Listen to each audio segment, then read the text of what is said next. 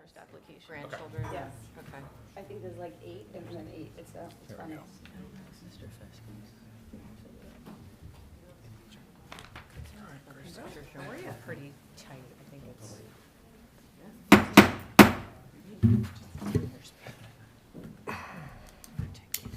Good evening and welcome to the December 1st, 2025 meeting of the City of Summit Zoning Board of Adjustment. My name is Scott Loikitz. I'm the board chair. Please rise and join us in the Pledge of Allegiance.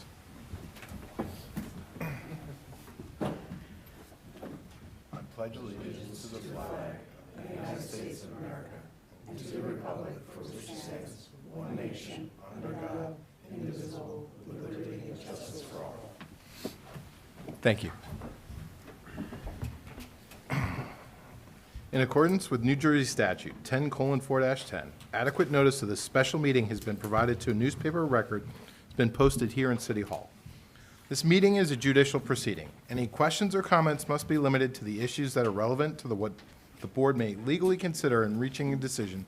Decorum appropriate to a judicial hearing must be maintained at all times. For the benefit of the interested public, this meeting is being live streamed on the city's YouTube page, also broadcast on Summit's government channel, Comcast 34 and Verizon Channel 30. Transcript of this meeting is also being taken using video and audio, so we need all speakers to utilize one of the microphones in this room. Please note that the fire exits are to my right, your left, and at the back of the room where you entered. The city has a listening system to assist the hearing impaired. If anyone needs hearing assistance, please obtain the system at the dais and return it there afterwards. Ms. Sands, can you please call the roll? Vice Chair Zahn?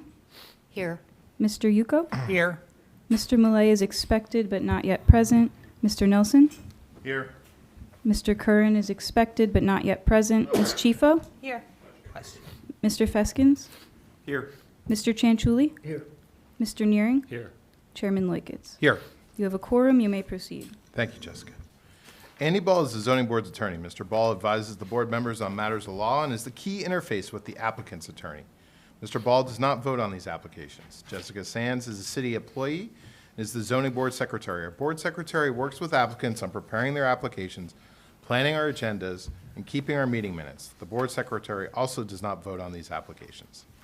Also present tonight are experts who are hired annually by the board to provide input. Tonight we have Marie Raffet from Colliers Engineering.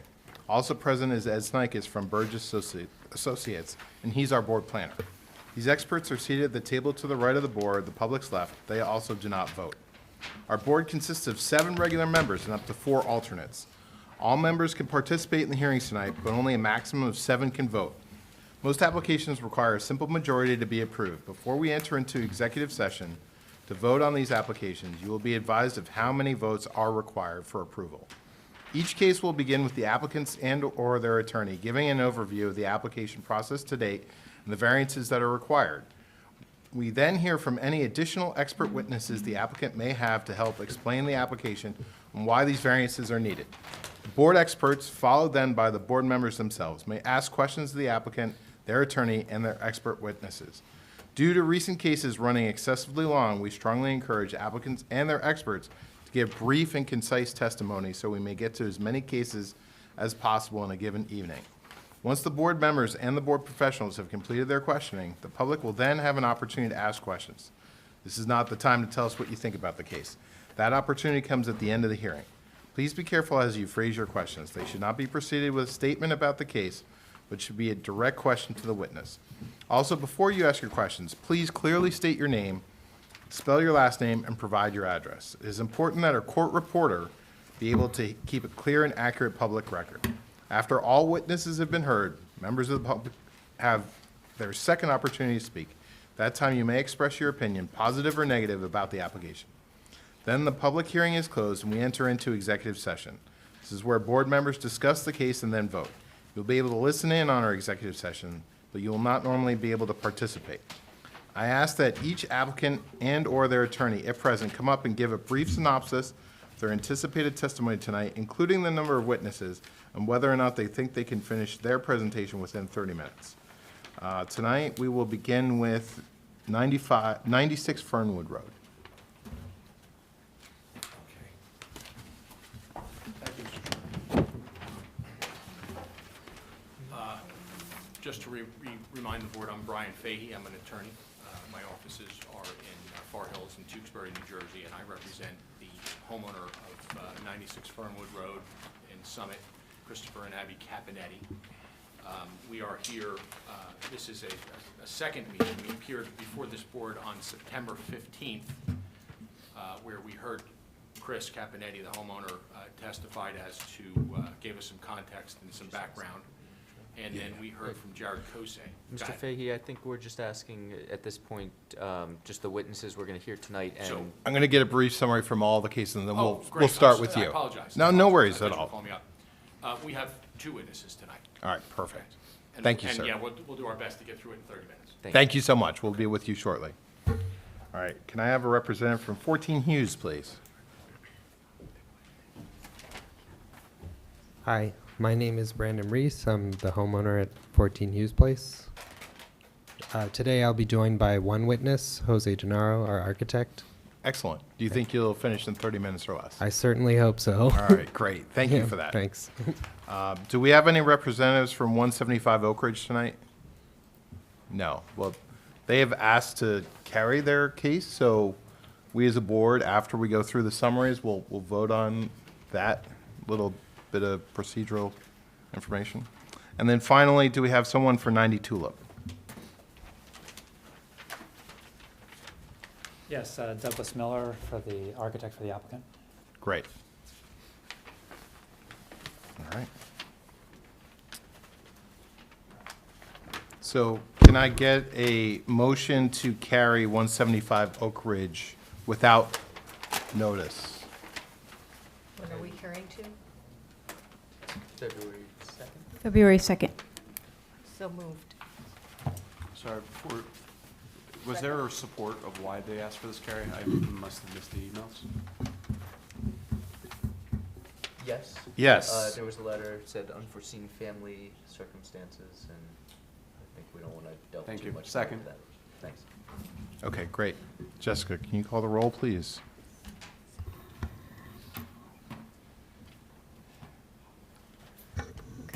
Vice Chair Zahn, Yes. Mr. Yuko, Yes. Mr. Nelson, Yes. Ms. Chifo, Yes. Mr. Feskins. Yes. Mr. Chanchuli, Yes. Chairman Loikis. Yes. All right, great. So with that out of the way, can Mr. Fahey come up and continue his case? Okay, great. Thank you, Mr. Chairman. So as I mentioned, we have 2 witnesses tonight. One is, I was going to recall Jared Ch. We've all gone back and listened to the September 15th meeting. There were some questions that needed to be answered, and I think Jared has well, he has answers and he has some exhibits that he wanted to present tonight, but he's not here yet. So I'm going to skip him, and I'm going to just go straight to John Manilio. Do I have that right? Who is going to testify for us as to the engineering of the plan. So I'm going to Great. bring John up. Come on up and we'll swear you in.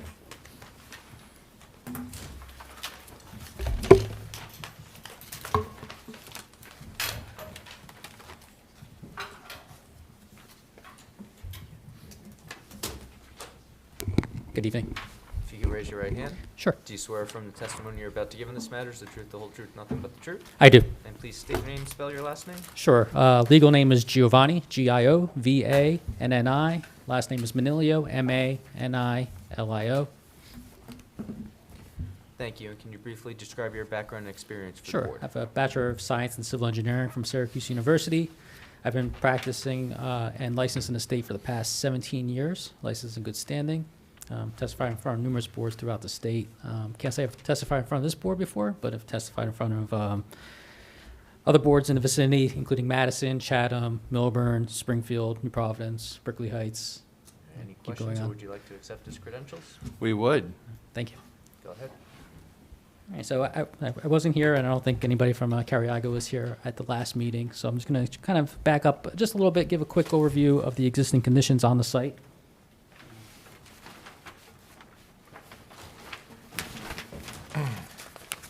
Do have a couple exhibits. So this one, I think we have to mark it in. I did color highlight the patio, so it's a little different than what was submitted, but it's just a little, color so you could follow along. So this is the plan that's entitled Variance Plan, last revised November 4th, 2025. I'm not sure what exhibit we're up to on. No, this needs to be marked, but I don't believe we've marked an exhibit yet. You're right, I think this So is. this will be our A1. first exhibit. Right, great. Thank you. So like I said, this was what was submitted as part of the application. Yes, it was actually an exhibit. Like, we have this in front of us. Oh, okay. Then we don't need to mark it. Are you Th- sure? th- Even though, this it's- is- even with the this is same highlighting? Same exact version, or you said there was? I just highlighted just the patios. Okay. I don't know if you guys could see. Then Just yes, so let's easier keep it for- marked as A1. Okay. Property is known as 96 Fernwood, located in the R25 zone. So the property is kind of rhombus in shape. It's about 95 feet wide and 165 feet deep. The lot generally slopes from the front, from Fernwood, east to west to the rear. And there's about a 12 to 13 foot drop in topographic change in the elevations. So looking back at historic aerials and some homework, it looks like this property was developed back in 2016, where there was a house that was demolished and a new house was constructed. Somewhere in that time frame, we do have copies of old plans that were prepared by Andrew Clark that did show the proposed improvements and the proposed house. And for the most part, the property was developed in accordance with those plans, but we did see the plans and what we have surveyed out in the field. And the one thing that was different than what was approved is the rear patio, the existing rear patio shown here. I don't know if you guys can see, but it's highlighted in purple. So the plan that was approved by the town back in 2015 or 2016 actually did have a smaller patio. And then I did go back through historic aerials, and it looks like that patio was built somewhere between 2016 and then it appeared in 2018. So sometime in that 2-year period, that patio was built. Not sure if it was built with approvals or somebody went out there and just built a patio, but it was prior to the applicant owning the house or the property. I'm going to remind the board, not that I think you need to be reminded, but for the record, Marie, you asked that very question, and there you go, so there's the answer. So it was somewhere between 16 and 18, that patio was built. There does not appear, Jessica did some homework for us, there does not appear to be anything on the record that granted a variance for that. So we are, even though we are, I guess, technically a pre-existing non-conforming, that non-conformity was not granted by variance. Correct. So the property itself does have 3 current non-compliant features, one being the lot area. So in the R25 zone, 25,000 square feet of lot area is required, where the current lot is 15,631 square feet. So roughly about 60% of what's required. Lot width is approximately 95 feet, where 100 feet is required. And then, as explained just a little earlier, the lot coverage, even though it wasn't approved by the board or by the town, as far as we know, is at 31.4%, where 30% is permitted. Looking at the approved plot plans, that was maxed out at 29.8%. So they pretty much maxed out the lot coverage on that. I do want to note, too, as part of the existing approvals and what's out there, there is an existing dry well system. I think that was asked at the last meeting as well, shown on Mr. Clark's plans and verified in the field that the dry well that was installed is the same size as what's shown on the plans, and it's a decent sized structure. So what that did was pick up all the runoff that was generated by the driveway area. As far as the proposal in front of you tonight, really what we're trying to do is reconstruct the patio that's in the rear, as you can see highlighted in green. Essentially, it's widening it by approximately 4 feet and squaring off the, I guess, westernmost portion right now. You can see it's circular, as shown on the plans. It's going to be squared off, and then there'll be a set of stairs that lead up down to the rear yard. And then the other item that's on the table tonight is to flatten out the rear yard. So right now, the rear yard slopes, like I said, from the rear patio to the corner, the southwest corner of the property. So to make that more usable, we are proposing a wall along the western and a portion of the southern property line. The wall at the max height is 3.85 feet, so slightly under 4 feet. But I would say majority of the walls are actually smaller. They're probably between 1.5 to 2.5 feet in height. And it will be a boulder wall, so it's going to be more natural in composite.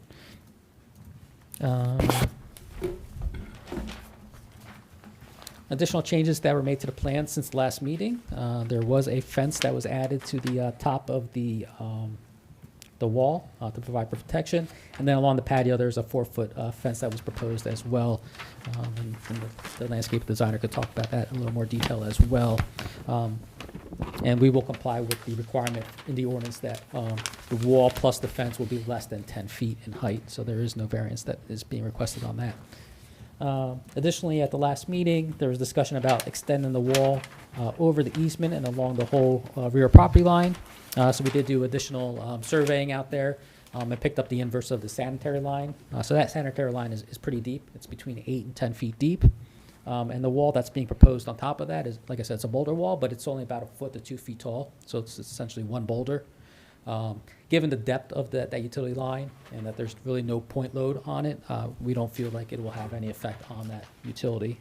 So it can be constructed as needed. And again, if the town has to come in or the utility has to come in to do work, that wall could easily be removed and replaced in kind.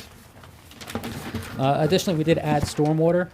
So we did add a trench drain to the end of the patio, which will pick up the sheet flow off the patio, and that is directed to a dry well system. That dry well system was sized not only for the increase that we are proposing tonight of the approximately 300 square feet of patio, but also the increase that was done by either the previous developer or the previous homeowner. So anything that's over the impervious or the lot coverage that's permitted in the zone. Additionally, we did tie that, we were proposing to tie that dry well into the existing dry well, kind of almost like belts and suspenders. So if one dry well gets filled up, it fills up the other one, and they can utilize each other's volumes as needed. As far as we know, there's no issues with the existing dry well that's out there, and it's functioning properly. So I do want to recap, we are asking for 3 variances tonight. One has to be do with the lot coverage. So a lot coverage of 5,211 square feet is proposed, which is 33.3%, where 4,689 square feet is permitted, or 30%. Again, that's 299 square feet generated from the patio. I think there was also a question about if the walls were counted as impervious, and they weren't. Just to be transparent, typically we don't include walls for lot coverage when we do calculations.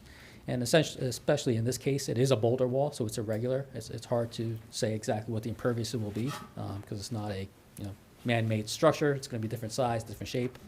There was some testimony back in September, and you can add to that. That wall is not built on a foundation or a footing of any kind, right? No footing, no foundation, and typically, and behind the wall, there's also even a drain with clean stone and a drain pipe too, so it does provide some type of drainage as well. And it's not grouted?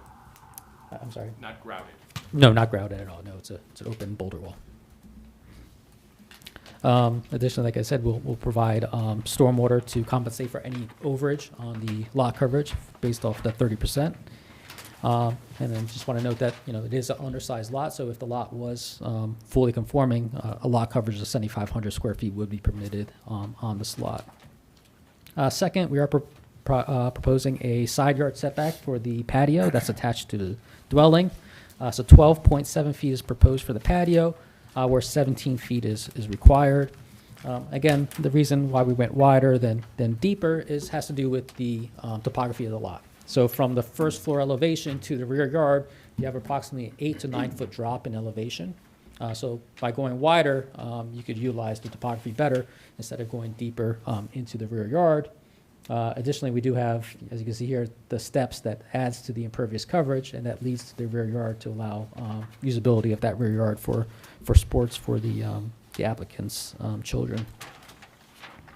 And lastly, the variance that we're asking for is for steep slope disturbance. So in In Summit, you're allowed 1,000 square feet of disturbance of steep slopes, and the applicant is proposing 1,485 square feet of steep slope disturbance. I do want to note, looking back at Mr. Clark's plan, most of the slopes that are being disturbed are slopes that were generated as part of the original development back in 2016.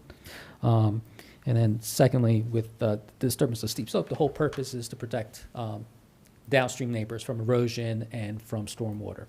By flattening the slopes, actually, we're alleviating some of those issues.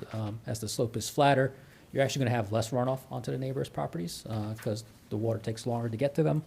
And additionally, like I said, we're adding the stormwater management as well. And then lastly, by flattening the slopes, you have less erodibility of those slopes as well. So essentially, the proposed improvements falls under, I would say, the C1 criteria for hardship. Just given that the size is undersized, the lot is undersized, and the topographic change from the existing road to the back corner. And additionally, you have the existing improvements that are out there. So you have the existing dwelling, you have the driveway that comes around the back with the garages in the back. So you're tied to this line right here as far as developability to the, I guess, north. So you're really essentially could go to the south or to the west to do any type of improvements on the site. Okay. So you mentioned that we're presenting these as C1 variances. All other zones hardships.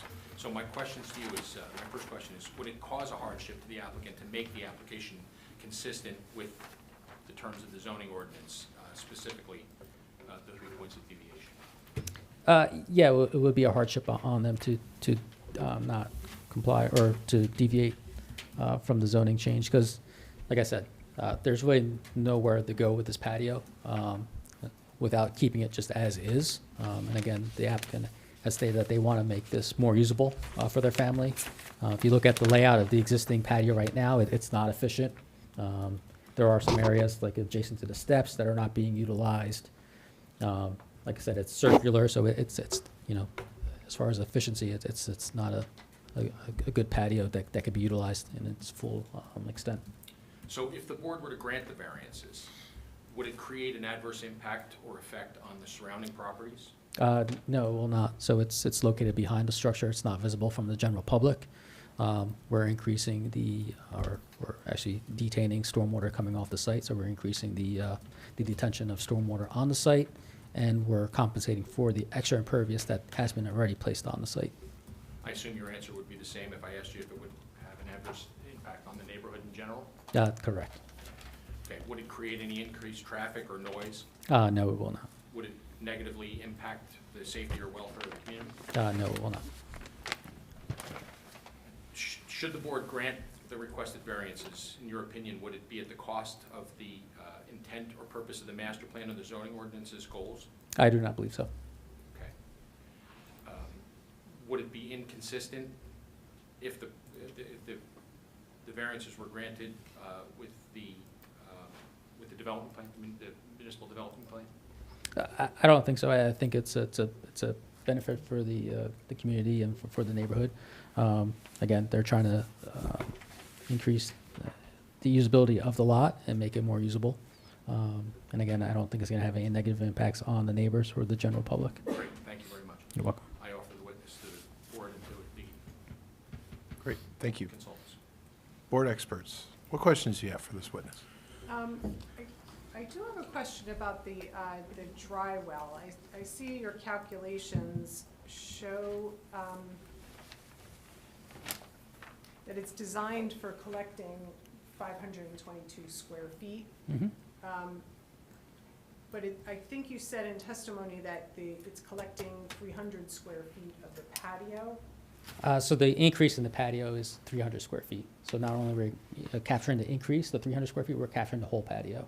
Okay. Yeah, which is the increase over what's permitted in the zone, 30%. So then it looks to me like, without seeing the numbers, it sounds to me that maybe the patio is larger than what the capacity is of that dry well. Is that true? How big is the entire patio? I don't have that broken down. I have patios and walks, which Yeah. is, But yeah, if that's something that the board or you would like to see, we could definitely size the drywall to be for the capacity of that patio itself.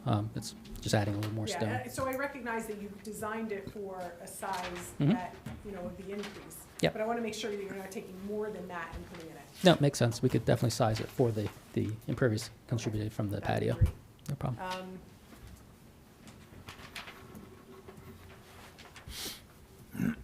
And right now, that existing dry well is collecting the driveway? Yeah, correct? looking at Mr. Clark's plan, the calculation states runoff generated from driveway, and then it had an area associated with that, so yes. Mhm. And that's the dry well looks like it's being maintained, it's in functioning Yep. condition? Yep, it looks like it works properly. There is no standing water, and we did go out there and take a look, and it looks like it's the actual size that was on the plans as well. And I don't know that I would be opposed to actually looking at the combined system and saying, I'm collecting the driveway, I'm collecting the patio, is the whole new, the additional system and the existing system combined together. If they can hold all of the water that you're putting in, I'm really okay with that. And could you talk a little bit about, I think you did mention some of the backyard where the walls are. I think the last meeting, my notes show that there was supposed to be a berm across the back. Could you talk about that a little bit? Yeah, I didn't speak to it, and it's kind of hard to show on the plans, but we are proposing like a 6-inch berm on the back. Again, we could show it, I guess, figuratively with a line to show the berm, but we tried to show the kind of the contours to show the berm on there. So that would help to prevent some of the water from overflowing onto the neighbors' properties as well. How high did you say the berm was? I couldn't hear you. 6 inches. That's what I thought. Yeah. Okay. And there's plantings on top of that There's plantings on top of that as well, correct. to help take some of the water out. I think those are all the questions I had. Thank you. Ed? Chairman, just a few questions. With regard to the maximum height of the wall, you had touched on, I think it was 3.8 feet? Yeah, yes, Is correct. the maximum height? Okay, so it doesn't exceed 4 feet. Mhm. Any tree removal required as a result of the grading? Have you looked at that? I believe there are some trees. Maybe I'll defer that to the landscape designer. Jared is Yeah. gonna address that directly Okay. when he comes back up again. I figured you had something with regard to that. There was some testimony as to that on September, I think. Yeah. Bring that up. And now you have the engineers that will confirm that. Yeah, he was using some fancy Latin names. Yeah. Will we also be responding to the fence style?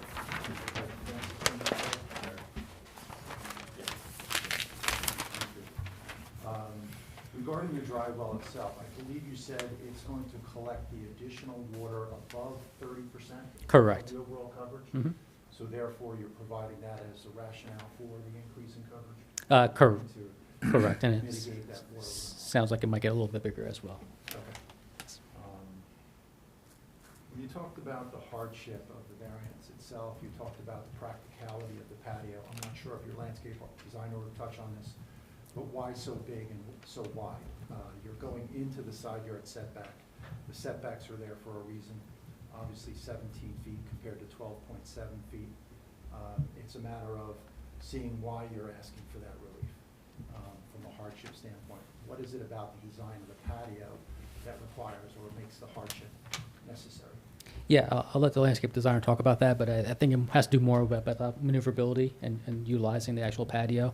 I didn't know, but the existing patio does have a built-in barbecue as well. That is over the setback, and we didn't note that as a pre-existing nonconformity, but it's shown right here as well. So that does go into this as it exists. The intent of that side yard setback, I know you weren't presenting it as a planner, but yet I think we're kind of discovering that. Under the negative criteria, we'll look at the intent of that side yard setback. What is it about the proposal that's mitigating the impacts to the reduction in that side yard setback to an adjacent property line? Yeah, so I think the landscape architect or designer could talk about that as well, but there is additional plantings that are going to be planted in that area. And there's existing plantings as well that's out there that provides a buffer. Okay. Thank you. No further questions. Thank you. Thanks, Ed. Board, what questions do you have for this witness? Alice? Hi. Go. I have two questions. The current patio, is that as old as the house? Is it older than the house? So I was looking at, like I said, historic aerials. So I saw in 2016, the house was built, but it seems like it was still under construction. All the lawn was still dirt, not really lawn. And then the next aerial that was available was 2018, and everything was landscaped, and the patio was there. So I'm not sure, I've worked with many developers, and I know some developers, when they're trying to sell a house, they'll do whatever they can after they have the CO, so that's a possibility. Or maybe the homeowner that bought it, purchased it, and put it in afterwards. But it wasn't a patio, It wasn't. that was there from the first house? But No, down. no, the Okay, whole my house is brand new. Other question is, I can't find it anyway. What is the size, dimensions of the current patio? I do have that, 1 second. It's approximately 19 by 27. 19 by 27, and that's obviously the longest, since it is a Correct. semicircle, okay. And the proposal, what's the, many feet? Off the top of my head, I believe it's It's on this. 21 by 34 and a half, 21 by 30? 34 and a half. 34. 34 and a half?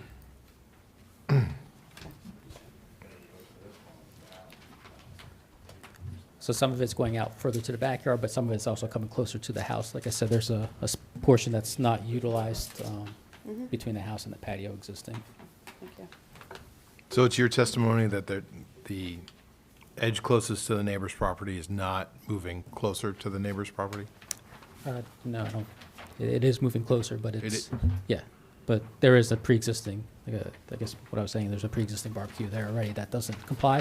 So But it's moving, it's further, moving towards the house and moving closer to the approximately neighbors. 4 feet for the patio itself. It's moving 4 feet close to the neighbor? Correct. The patio. I didn't take a measurement from the barbecue, but if I had to venture to guess, I would say about 2 feet. Just on the zoning table here on, what is this sheet? The sheet you have right there. Mm-hmm. It says that there is no change for side yard setback, so I believe that should show a change. Yeah, I believe this was for the principal structure, but yeah, there is a, for the accessory structure. So, okay, so there is, because this is usually a That- chart where we see what variances are needed, so. We can update that. I don't know if that should be reflected there. Can you explain the fence boulder? I'm not sure I understood if the fence is going on top of the boulder wall or if it's in front of the boulder. There was some, because it was talking about the 10-foot height, when you were talking Yeah. about a 10-foot height, then I. No problem. thought So it if might you're be looking at different. the sheet that you were looking at in the middle plan, Yeah, so the kind of like the ovals represent the boulder wall. So that's on the top line, if you look on your plans. Are you discussing this section? that's the I boulder was wall. looking at the plan view. Oh, okay.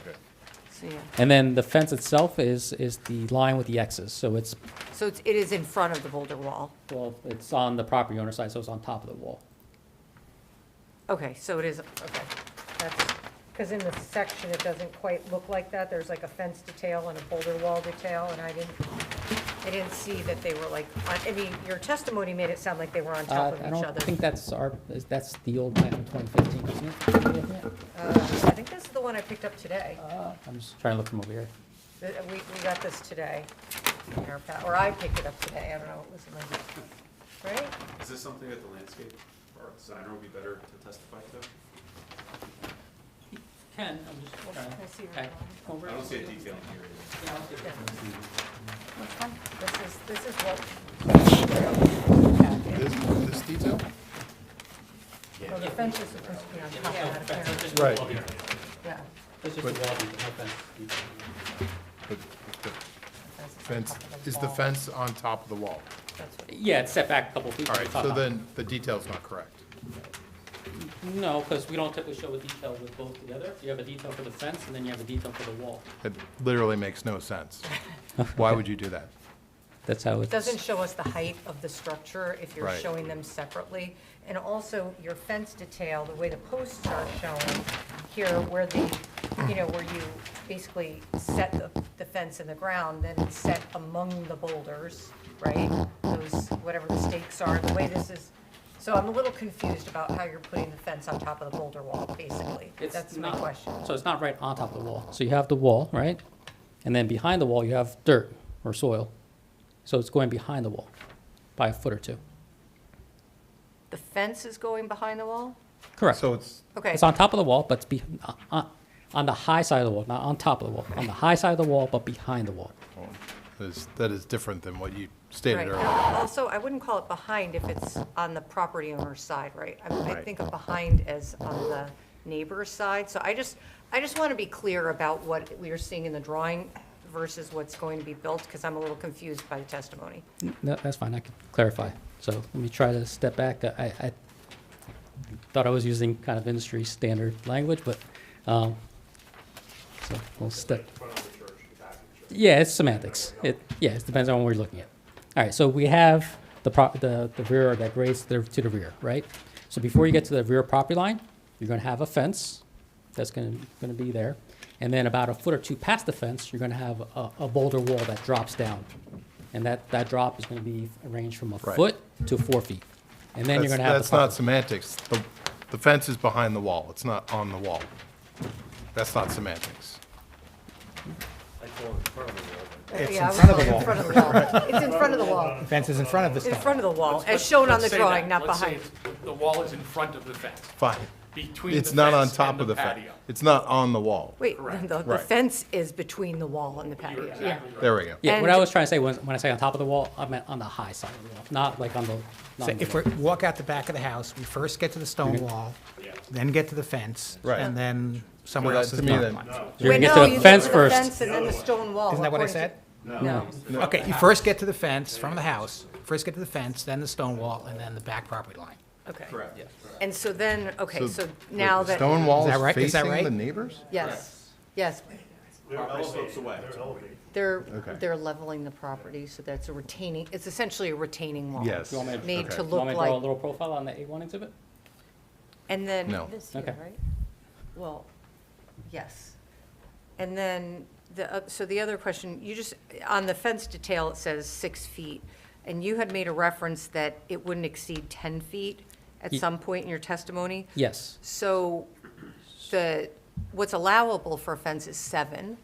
So I'm just wondering, are you looking for a fence that's taller than 6 feet? Because the reference to 10 feet was also a little confusing because the detail says 6. So I apologize. So your board planner had wrote in his comment letter that the combination of a wall and fence cannot exceed 10 feet.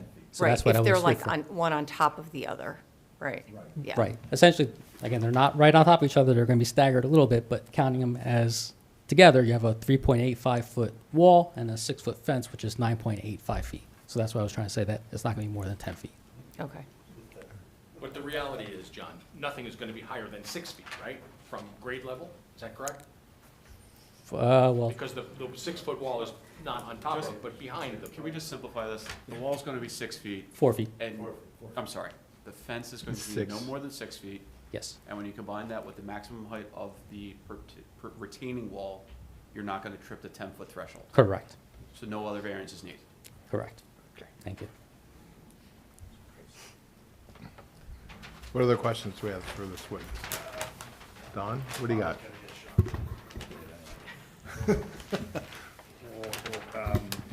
Why can't we just build the patio the same size but square it off? I know it's a convenience factor, but I don't think you would be here for variances if you did that, other than maybe the fact that it's not a permitted patio or deck.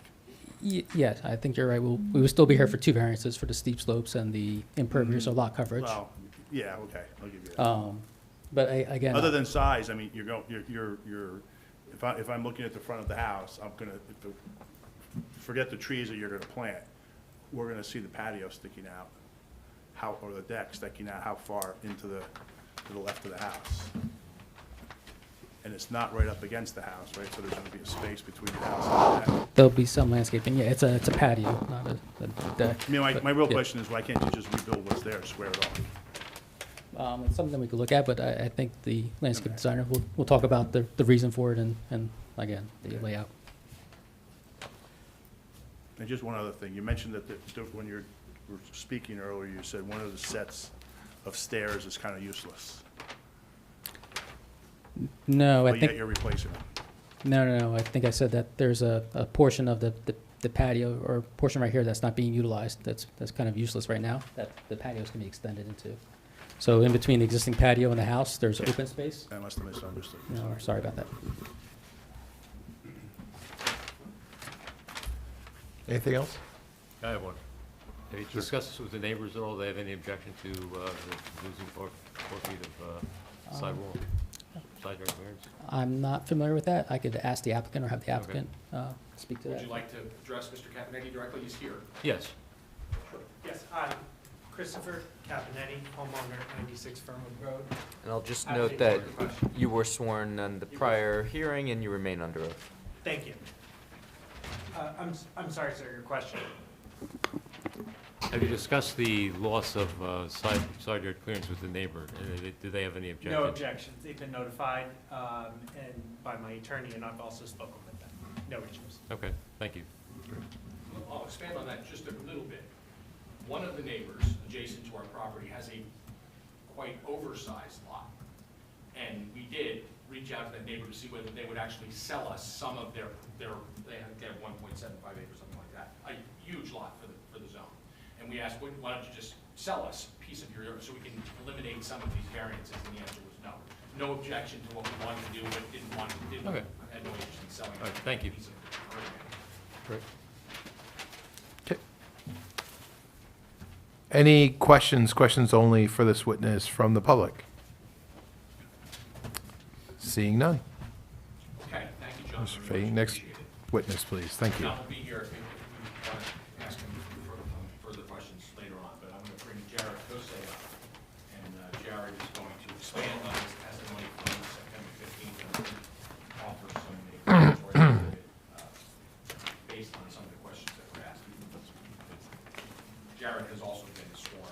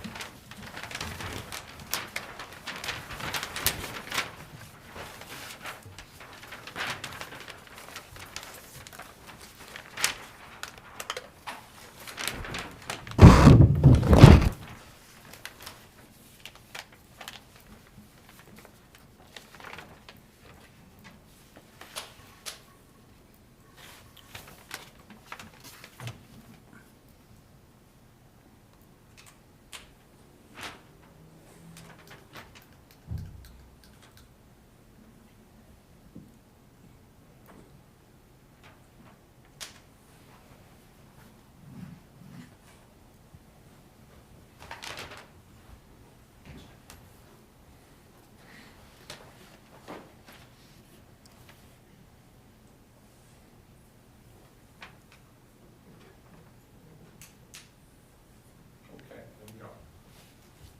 Jared Kosei. Good evening.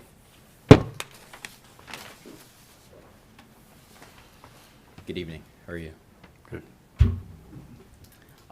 So you guys obviously asked, so Jared Kosei, Outdoor Digs.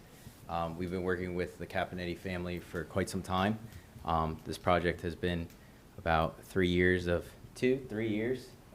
mulling over some designs and ideas. It's obviously a little bit of a tough lot. That's why we're all here tonight to work through it. And hopefully I can, off the top of my head, kind of guide you through it because I have pretty in-depth knowledge of the design itself and revisit some of the questions that you asked John earlier that he might not have been able to identify clear reasons. I'd like to first start with the fence because I think that's the easiest one to just walk through. I know we kind of stumbled on some of the layout and whatnot you have, but from the previous meeting, there was a discussion about fall protection. There was worry from the board, especially I think in regards to the patio and its adjacency to the driveway and the retaining wall that is existing. So currently there's no fence. One of the things that we did do is install a fall protection fence. It's going to be, we're proposing just a very simple fence in that landscape bed at the top side of that wall. Again, as I just stated, there is currently no fence. It's just some landscaping, right? So there's no true current fall protection on the top of that wall. So we're addressing that concern. Additionally, in regards to the fence, we're proposing a 6-foot deer fence, not a paneled privacy fence by any means, right? So a deer fence is just 2-inch by 2-inch meshing As we know, the ticks are pretty bad, Lyme's disease, and I think there's a new variant now out recently I saw on the news. So the purpose of that is just to help maintain some level of security in the backyard and keep Chris's kids pretty safe when they're out there playing on a more level backyard. In regards to the playability of the backyard and the purpose for the grading, as brought up earlier, currently we have some steep slopes that were created, it appears, from construction, right, back in 2016. By leveling the backyard, we're actually mitigating that water runoff. We're reducing the volume of water that directly runs off that southwest corner of the property. And then just to point back to the reason for the berm, that 6-inch kind of crest, naturally, I'm sure all of you, or most of you, I'm sure many at least, have landscape beds. Typically, landscape beds are a couple inches raised over the turf, right? And the reason for that is so that we want that water to saturate that landscape bed, so that way the landscape, the plant material, can naturally soak up and suck up as much water as possible. So in doing so, we're really containing a lot of that, the majority of the storm water and natural rainfall runoff, even from just the lawn itself, that currently water sheds off the property. So that's a huge improvement. In regards to the width of the patio, one thing to note and just revisit is, as previously mentioned, the topography of the land drops 13 feet from the street down towards the backyard. So if you were to drive by or even walk by, even without any landscaping, the visibility of that rear patio, because of that elevation drop, is very almost minimal, borderline non-existent. With the landscape plan that we've put together, and thanks to Chris buying into the vision, we've selected a very mature landscape planting that completely eliminates view of the patio from neighbors or the street. And that is not a 2 to 3, it's going to grow into, believe the vision, that is a instantaneous, very mature landscape planting. In regards to the width of the patio, one of the questions that the board had in the previous hearing was the configuration of the patio. So if you see in the exhibit, we did do, and I'm happy to share, I brought extra copies here, I'm happy to share them and circulate them with the board if you'd like to see, rather than just what I have here on the easel. We did a layout and also a side profile here of the furniture layout. The reason for that 4-foot extension of the patio and the reason for the variance of the side yard setback goes back to the fact that the lot is 95 feet and not 100 feet. If it was the 100-foot width, we actually wouldn't be here for this variance. But because we're at 95 and because of the layout of the furniture for Chris and his family, again, this is not a overly enlarged patio by any means. We have a grilling structure with just 3 modest bar stools for the kids to sit there and enjoy some hamburgers or grilled chicken as Chris grills. We can come over and dine for a dining table for 6. And then we have a small sofa and a 36 or 48-inch fire table and a sofa for 5. So overall, when you look at the space, we're utilizing it very efficiently. And we have to keep into account, again, we're adding fall protection, but we still don't want to set up that table directly in front of the driveway steps, right? Because if someone leans back, next thing you know, you're falling down a flight of stairs down the driveway. Vice versa, we have a staircase coming right out of the rear of the back living room, which is taking up some space. So the configuration, we tried playing with this a few different ways, and to truly get the ability for Chris to continue to utilize the grill, but actually have the kids sit there with him and enjoy what he's grilling. And then simultaneously, if they want to have a formal dining just for 6 and then an area to hang out and lounge, this rectangular patio, given the fact that we have 2 staircases, an upper elevation leading up into the home, and then a downward elevation down to the driveway, this configuration was the safest. From a neighbor impact to the south, meaning if you're facing the home, the neighbor to the left where this patio would encroach to that setback, we're proposing to install thuja plicata, which are green giant arborvitae, very common for the area.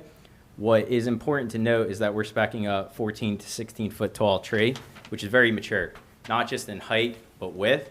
So that becomes an immediate screen for that neighbor. Also helps dampen sound.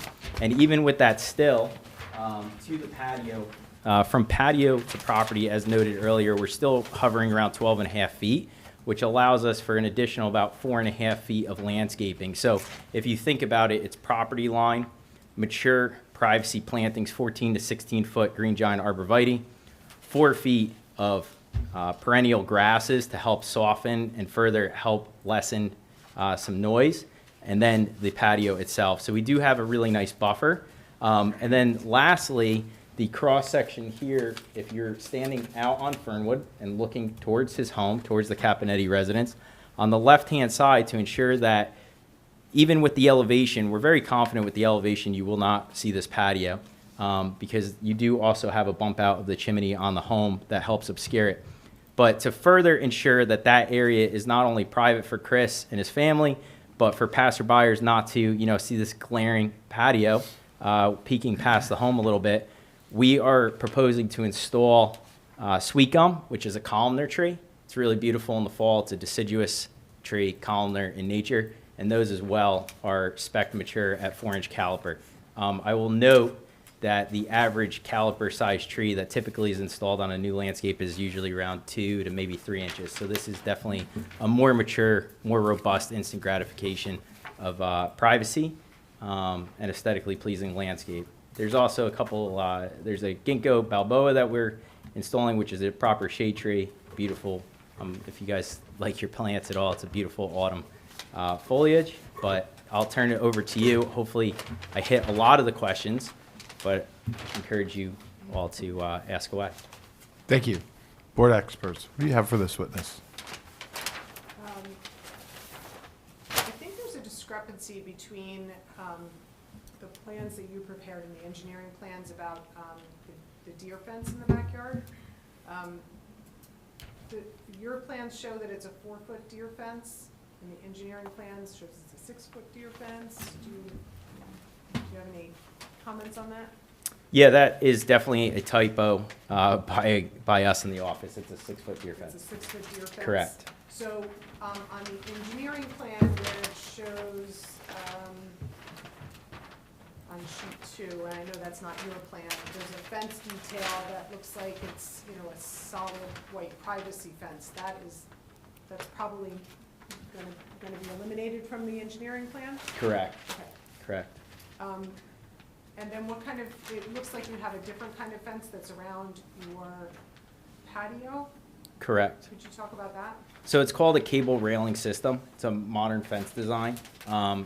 It prevents, if you were to trip, fall, if you were to lean back, lose balance, you are not going to fall over it. It maintains and meets the height requirement for fall protection while still being aesthetically pleasing. And one of the things that, while we do have, which is shown on our plan, existing, quite large, these thuja plicatas that are here existing are well over 24 foot. One of the concerns that we had is, putting any sort of solid fence here makes the space feel very confined, right? And then maybe, possibly, from the neighbors like second story or windows, if you had obtrusive kind of ugly fence back there, no one would really want to see it. Chris won't want to see it, maybe the neighbor won't want to see it. We're confident that these trees provide a lot of privacy, but it's a nice, really elegant cable rail fencing system that provides and addresses the concern of fall protection against the top of that wall that was brought up by the board last meeting. Thank you. Ed? Just one question. With regard to the connection between the proposed landscaping and the existing, are there existing trees along that left property line? I'm sorry, which way that is, north or south? South. South property line. Are your plantings accommodating the existing trees that are on that side? Trying to make the best buffer possible between the two properties. That's a great point. I completely brushed over that in talking about what we're proposing to install.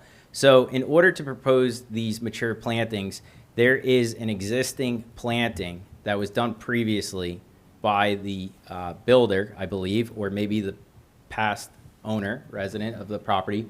There are emerald arborvitae there. It's important to note that emeralds mature somewhere around 10 foot tall, right? So it's really not that much of privacy for the neighbor. And then past those emeralds, there are some white pine trees that are existing, which are not native to the site. One thing to note about white pines, if any of you have them on your property, you might already know, but as they mature and grow, their branch structure rises and thins out along the base. So currently, we have zero privacy, arguably within the first 4 to 5 feet of the backyard as it is. So both neighbors are looking into each other's backyards. By doing the Thuja plicatas, we have a low-branched, true evergreen tree that as it matures, it actually maintains density low to the ground. Whereas the existing white pines that are there, as mentioned, they thin out. They will eventually turn into 60, 70 foot tall trees. It's not a proper use of the tree for what it was intended to do, provide privacy. Long term, it's a tree that, regardless if Chris is there or not, probably gets cut down at some point because it's going to turn into a 70 foot tall tree. And that would be I'm looking at the engineering plan for an idea of where the existing trees are.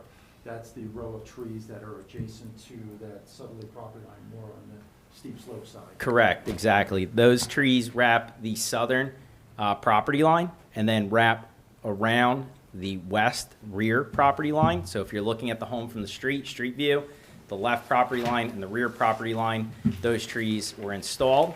And then they slightly wrap around on the north side. That entire perimeter, we're going to remove and replace in kind, or not in kind, but replace with a proper privacy tree at mature size, 14 to 16 foot, and then marry them and meet them where the existing Thuja plicatas are. I will note, again, I did bring it up, but these existing Thuja plicatas were installed correctly on the right side of the driveway. They've matured really nicely. They're well over 24 foot. And if the board, if any of you guys drive by, you'll see that that tree was specifically used there. And the reason why the builder probably used that tree there, not to get off into the weeds a little bit, but the reason why he used that there is he wanted the densest, best privacy tree right out the gate. And those trees cost substantially more money than a white pine, which is why I would say that they were used there from the get-go, and they're doing fabulous. The white pines he used for the rest of the perimeter to conserve cost. So just going back, did you indicate the white pines are going to be removed The- along that southerly property line? The white pines are going to be removed and replaced with a 14-foot Thuja plicata green giant. That's what I wanted to clarify, because I don't believe that has been brought up yet. So it's approximately 6 trees on that side, but they look like they're planted very, very close to each other. That is correct. In that area, I would also concur with you that probably those trees are just going to lose their lower limbs, especially because of how closely they've been planted. So the new green giants in that area will replace that buffer, is what you're saying. Yes, sir. And then they'll be at the top side of the retaining wall along that corner. Yes, sir. Along that side. Okay. All right, because I was worried about the grading for the patio was going to be filling over top of the roots of those trees. So therefore, that's not going to be the case because you're going to replace those trees. Yes, sir. Okay. I think that's all the questions I had. Yes, thank you. Thanks, My Ed. pleasure.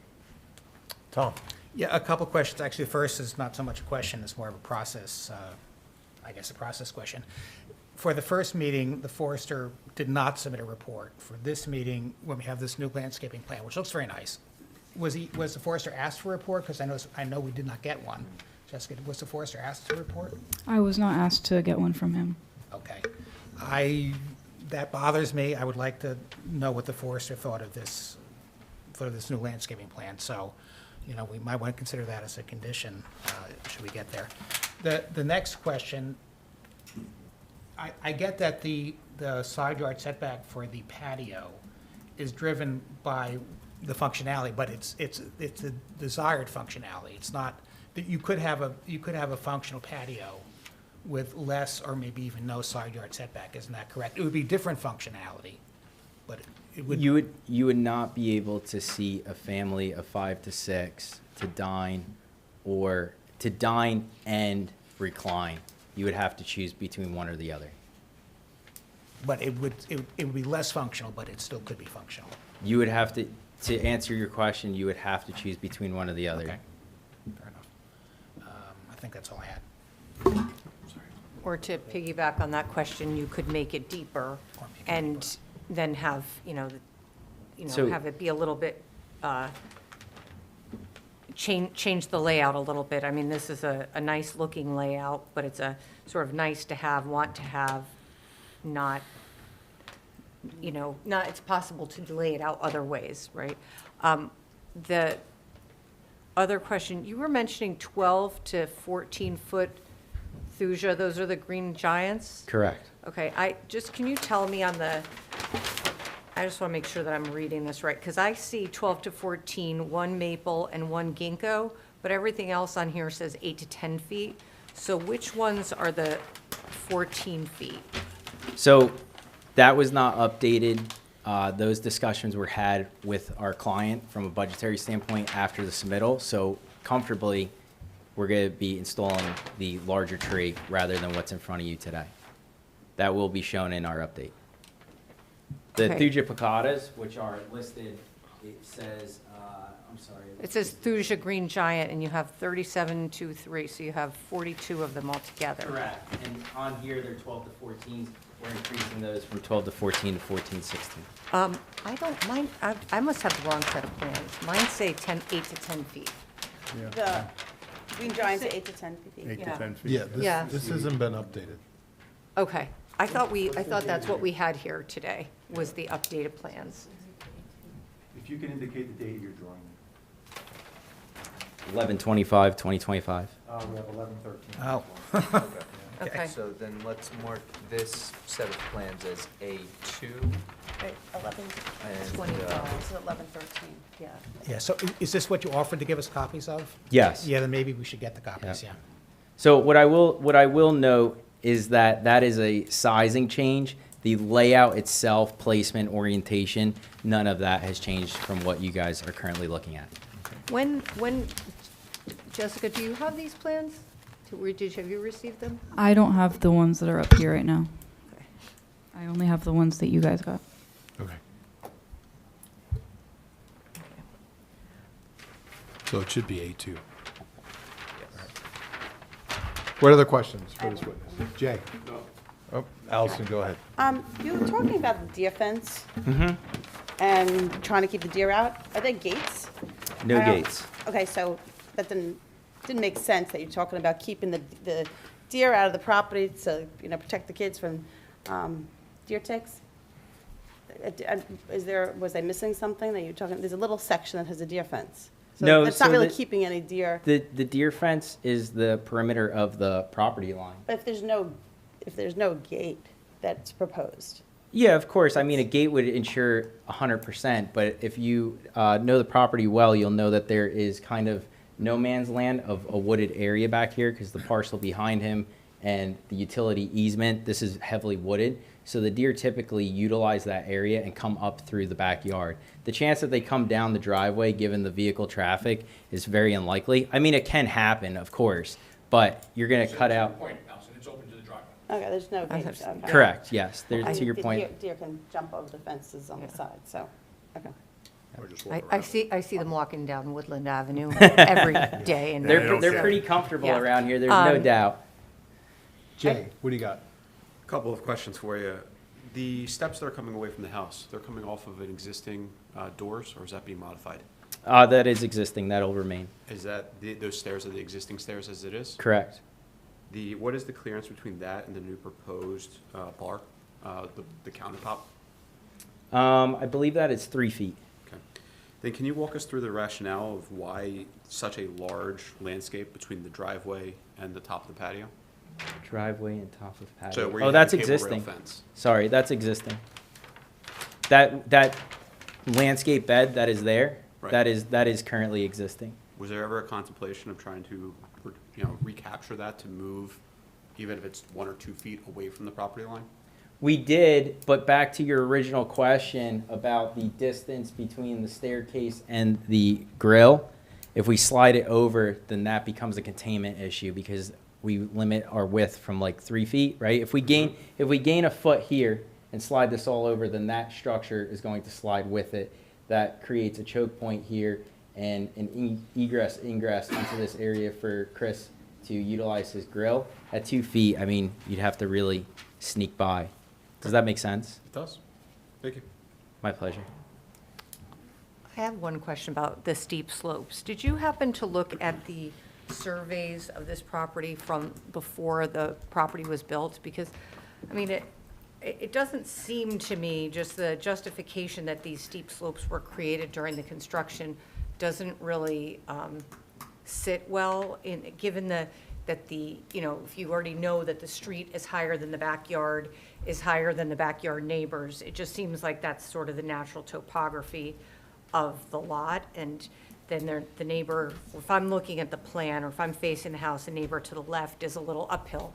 That's sort of the topography of the neighborhood. It doesn't seem like there was anything that was particularly created, like that the steep slope hardship was created due to the previous construction. And do you have any surveys about that show the ones prior to the I'm house going being to defer built? back to the engineer because he has all the calcs on that one.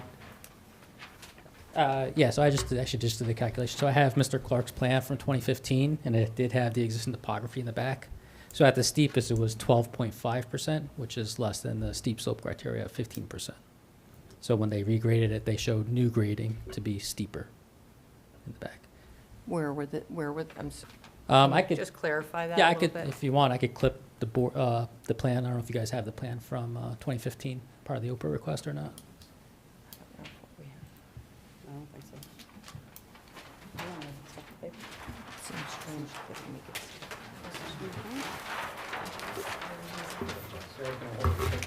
So the plan I'm referencing is per the Oprah request. It's entitled Lot Grading Plan Prepared for Glass Band Residents, dated March 13th, 2015. Last revised April 18th, 2016. So where's my, on the left side is the existing conditions. We'll mark this as A3 then. Sure.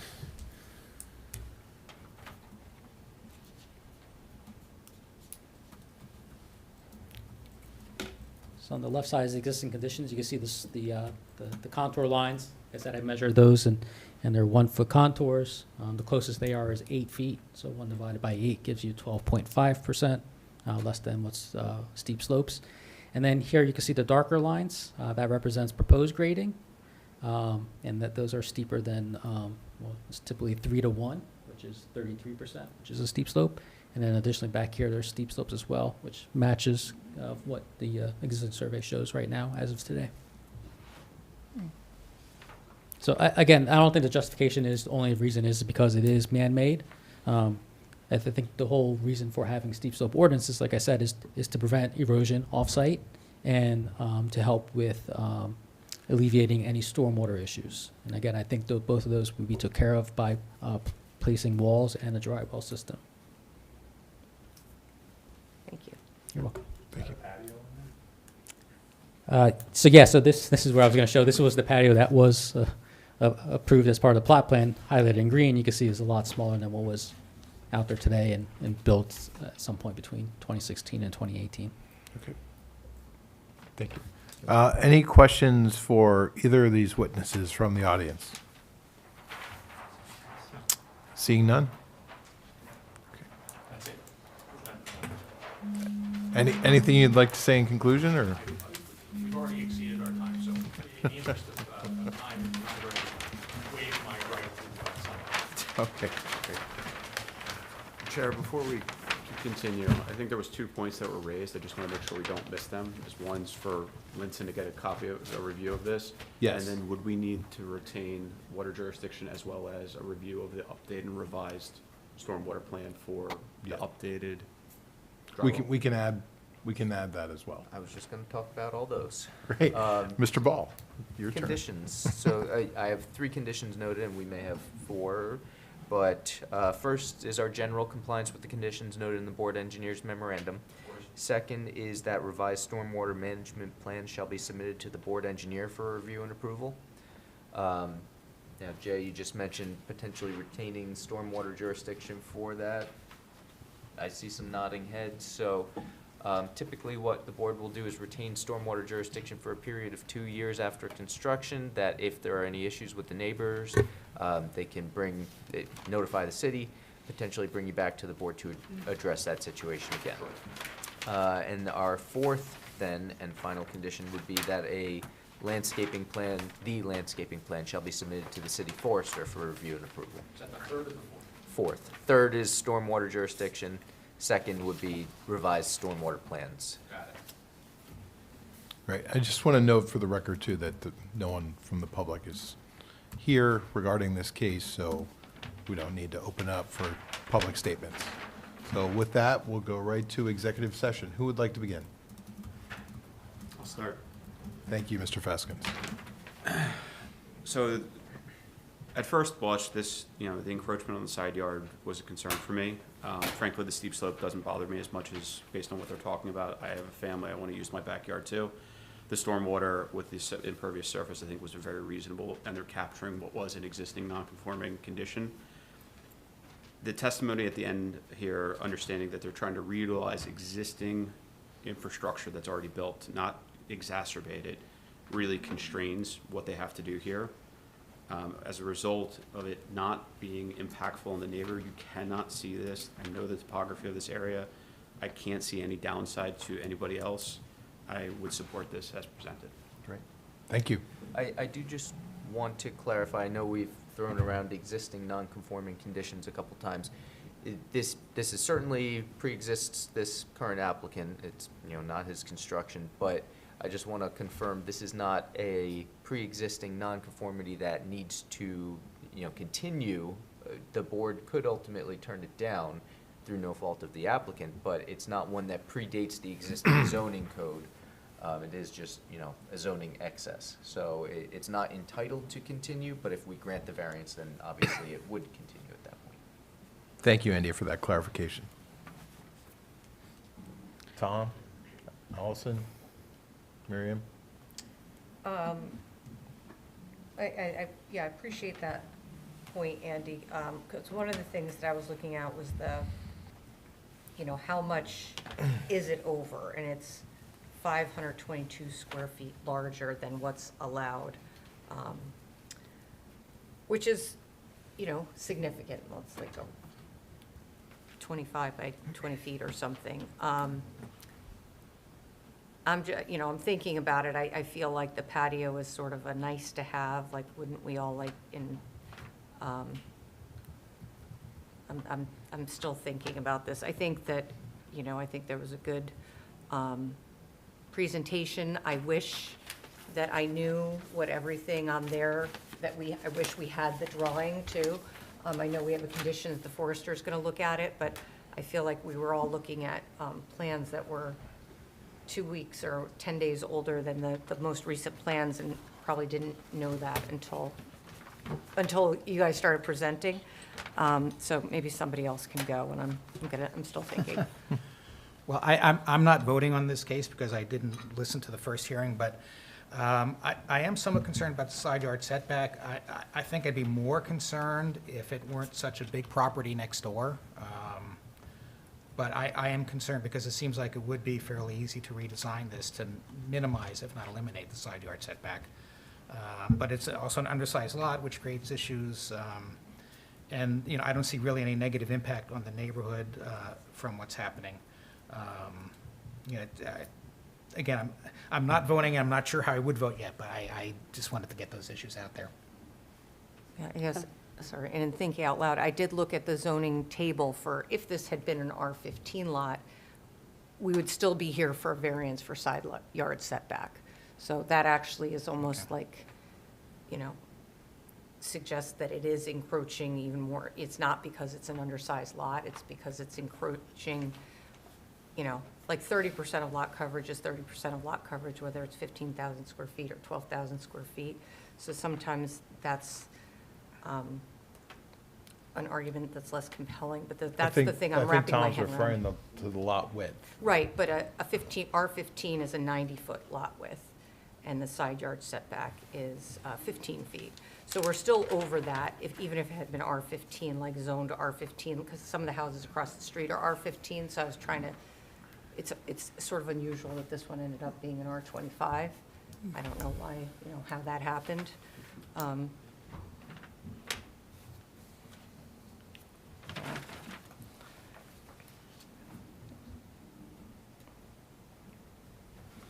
You don't have to commit to Yeah. anything right now. Yeah. You can, No. please, It is- feel it free to is- ponder. Yeah, I'm pondering.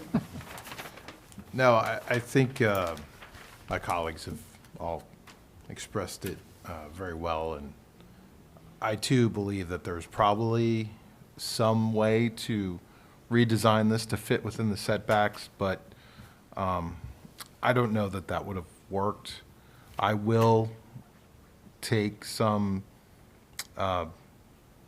measure of understanding that that 95 feet width does play into how you can lay this out, and I think Mr. Feskin said it very well in terms of, you know, trying to work within the existing conditions is a very real issue to deal with. And so I don't love it, but I can see supporting this application. With that, can I get a motion to approve? So moved. Get a second? Second. Jessica, can you all call the roll, please? The Vice Chair's on. Yes. Mr. Nelson? Yes. Ms. Shifo? No. Mr. Feskins? Yes. Mr. Nearing? Yes. Chairman Liketz. Yes. Good luck. Thank you very, very much. Thank you.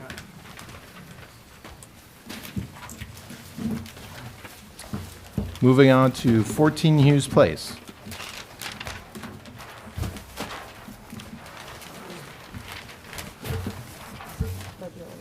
I think there's a state of emergency. School's canceled tomorrow. Oh, is it? Can I take the physicals as well? Could I take the physicals as well? Calling at If you could take it off. 9 o'clock at I night. know, like, what is your son up to? I'm like, you need to answer your phone. Yeah. What's happening? Our phone was ringing, but it was in school. His freshman year was better. She said it's on the closing school. What I expecting so weird. I thought it was going to rain here. Oratory goes for a But I'm thinking, he's an emergency, he's out of school, and he's calling us. I figured he's there. Right? I'll shoot. I guess that's when you can't ignore it. What? That's when you can't ignore it. Yeah, exactly. No, I she Pass didn't them say out it, so I now, was and like, you yeah. mark that as A1. Well, because I saw that we had, I saw that New Jersey had. Thank you.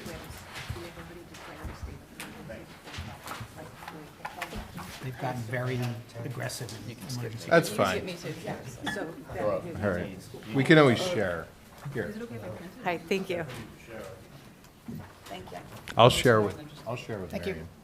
Yeah.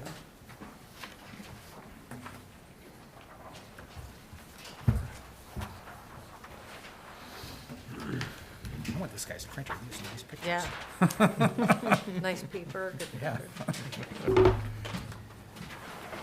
Ready Welcome. for me? I'll swear you in. If you could raise your right hand. Do you swear from the testimony you're about to give in this matter is the truth, the whole truth, nothing but the truth? I do. Please state your name, spell your last name.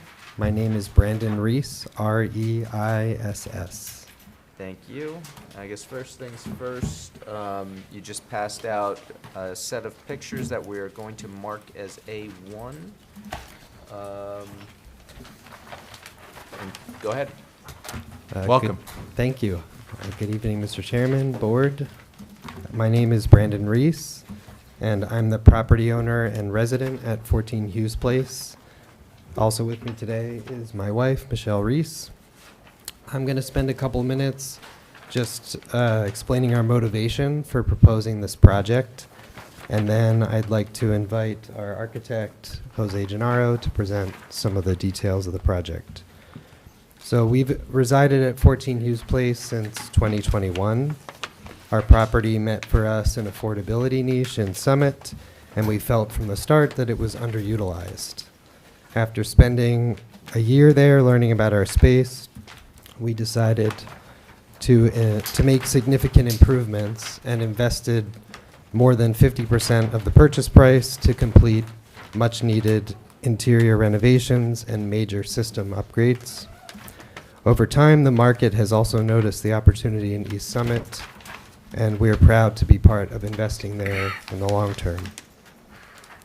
As we've spent more years in the home, we've found the outdoor space to be inaccessible because it's detached from the main living space, the kitchen, the living area. As you can see from the set of photos that I passed out, the main entrance in the front is up a set of stairs. In the next photo, you can see the narrow side yard and existing concrete path to the rear yard. And then in the remaining photos, you can see the windows of the main floor and the sliding door that we added during our renovations. Even with the sliding door, access to the yard is down a set of stairs and through the narrow playroom that we added for our children. This layout makes the backyard feel distant from the main floor, and we don't use it nearly as often as we'd like to.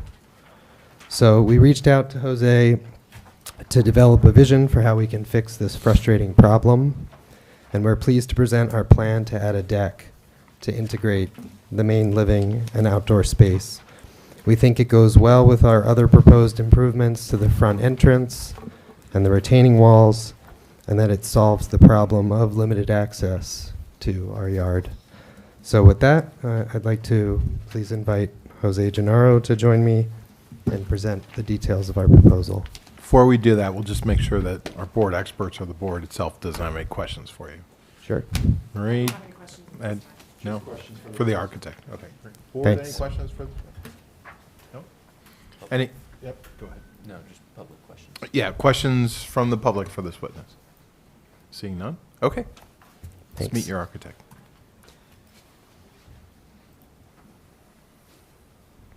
Good evening. If you could raise your right hand, do you swear from the testimony you're about to give in this matter is the truth, the whole truth, nothing but the truth? I do. And state your name, spell your last name. Yes, Jose, Jose, Gennaro, Gennaro.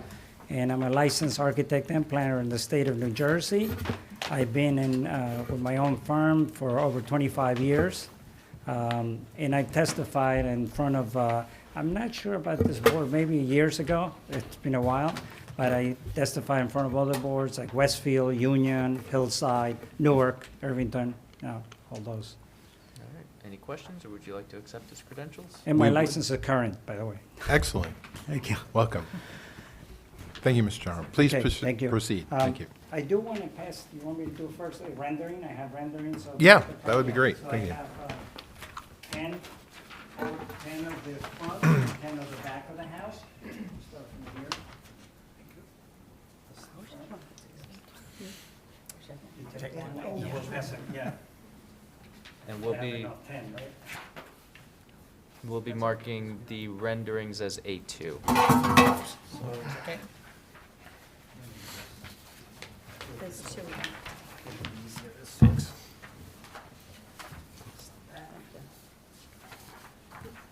Thank you. Thank you. You can skip me. I think you're getting to it. Thank you. The next one.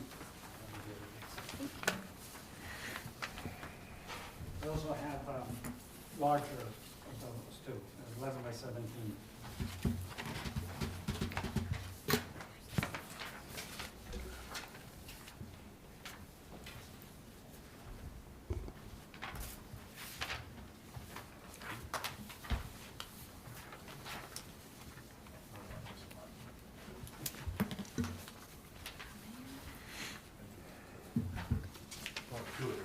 Yes, two, yeah, front and the rear of the house, yes. Okay, so I think Brendan did a very good introduction. As he said, I've been working with them since they moved in the house. We went through a lot of different ideas for the interior. They try to customize the house, make it their home.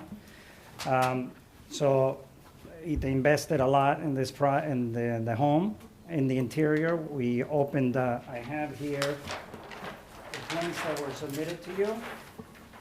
I'm going to start with P2 of 2, and it's dated revised 8/23/25. And that shows so you can see the floor plans of the house, how we opened up the first level and we made some changes in the second level. It's a modest sized house, a little over 2,000 square feet. So at that point, they concentrated on the interior. It was a lot to do all at once, so now we're here for the exterior of the house. And two things that we're proposing is a new portico and entrance on the front, new steps, replace retaining walls because they're failing. There's cracks on them. They're leaning over a little bit, so we're going to replace it. And for the rear, we're proposing a deck, approximately 14 by 21, and a set of steps that leads from the second level to the yard. Because this is the biggest problem here is, as Brendan mentioned, to get to the backyard, you have to go down a set of steps in the middle of the house, go through the family room, the playroom, and then come out through those sliding doors to get to the yard. So by adding this deck on the kitchen level, then they'll be able to enjoy the outdoor space right at the kitchen level, and they'll have a 4-foot wide stair that leads them to the backyard. So, and to get to the deck also, we're turning, there's an existing window in the back that's becoming the French doors to access it. In the front, right now, it's just, as you can see from the existing photos, it's a wood platform, wood steps. We're proposing to replace them by masonry, brick. Everything will be brick, also the steps and the platform. And the question here comes with the 50 square feet that we're requesting because it becomes part of the FAR. The reason we have that space is because the landing is on the second level, so we have that void space underneath, so we thought it would be a good idea to utilize it for storage. Garden tools, whatever it may be, a bike or whatever they need. Because we also, what they didn't mention is that they're eliminating the shed in the backyard. They have a shed sitting in the middle of the backyard, so that's coming out. So we thought that would be a good idea to make use of that space. So the other variance we're here for is the coverage, because the deck counts towards the building coverage. Right now, we're at 18%. The max allowed is 20%. So, and with the deck, we're going to be at 22, to be exact here.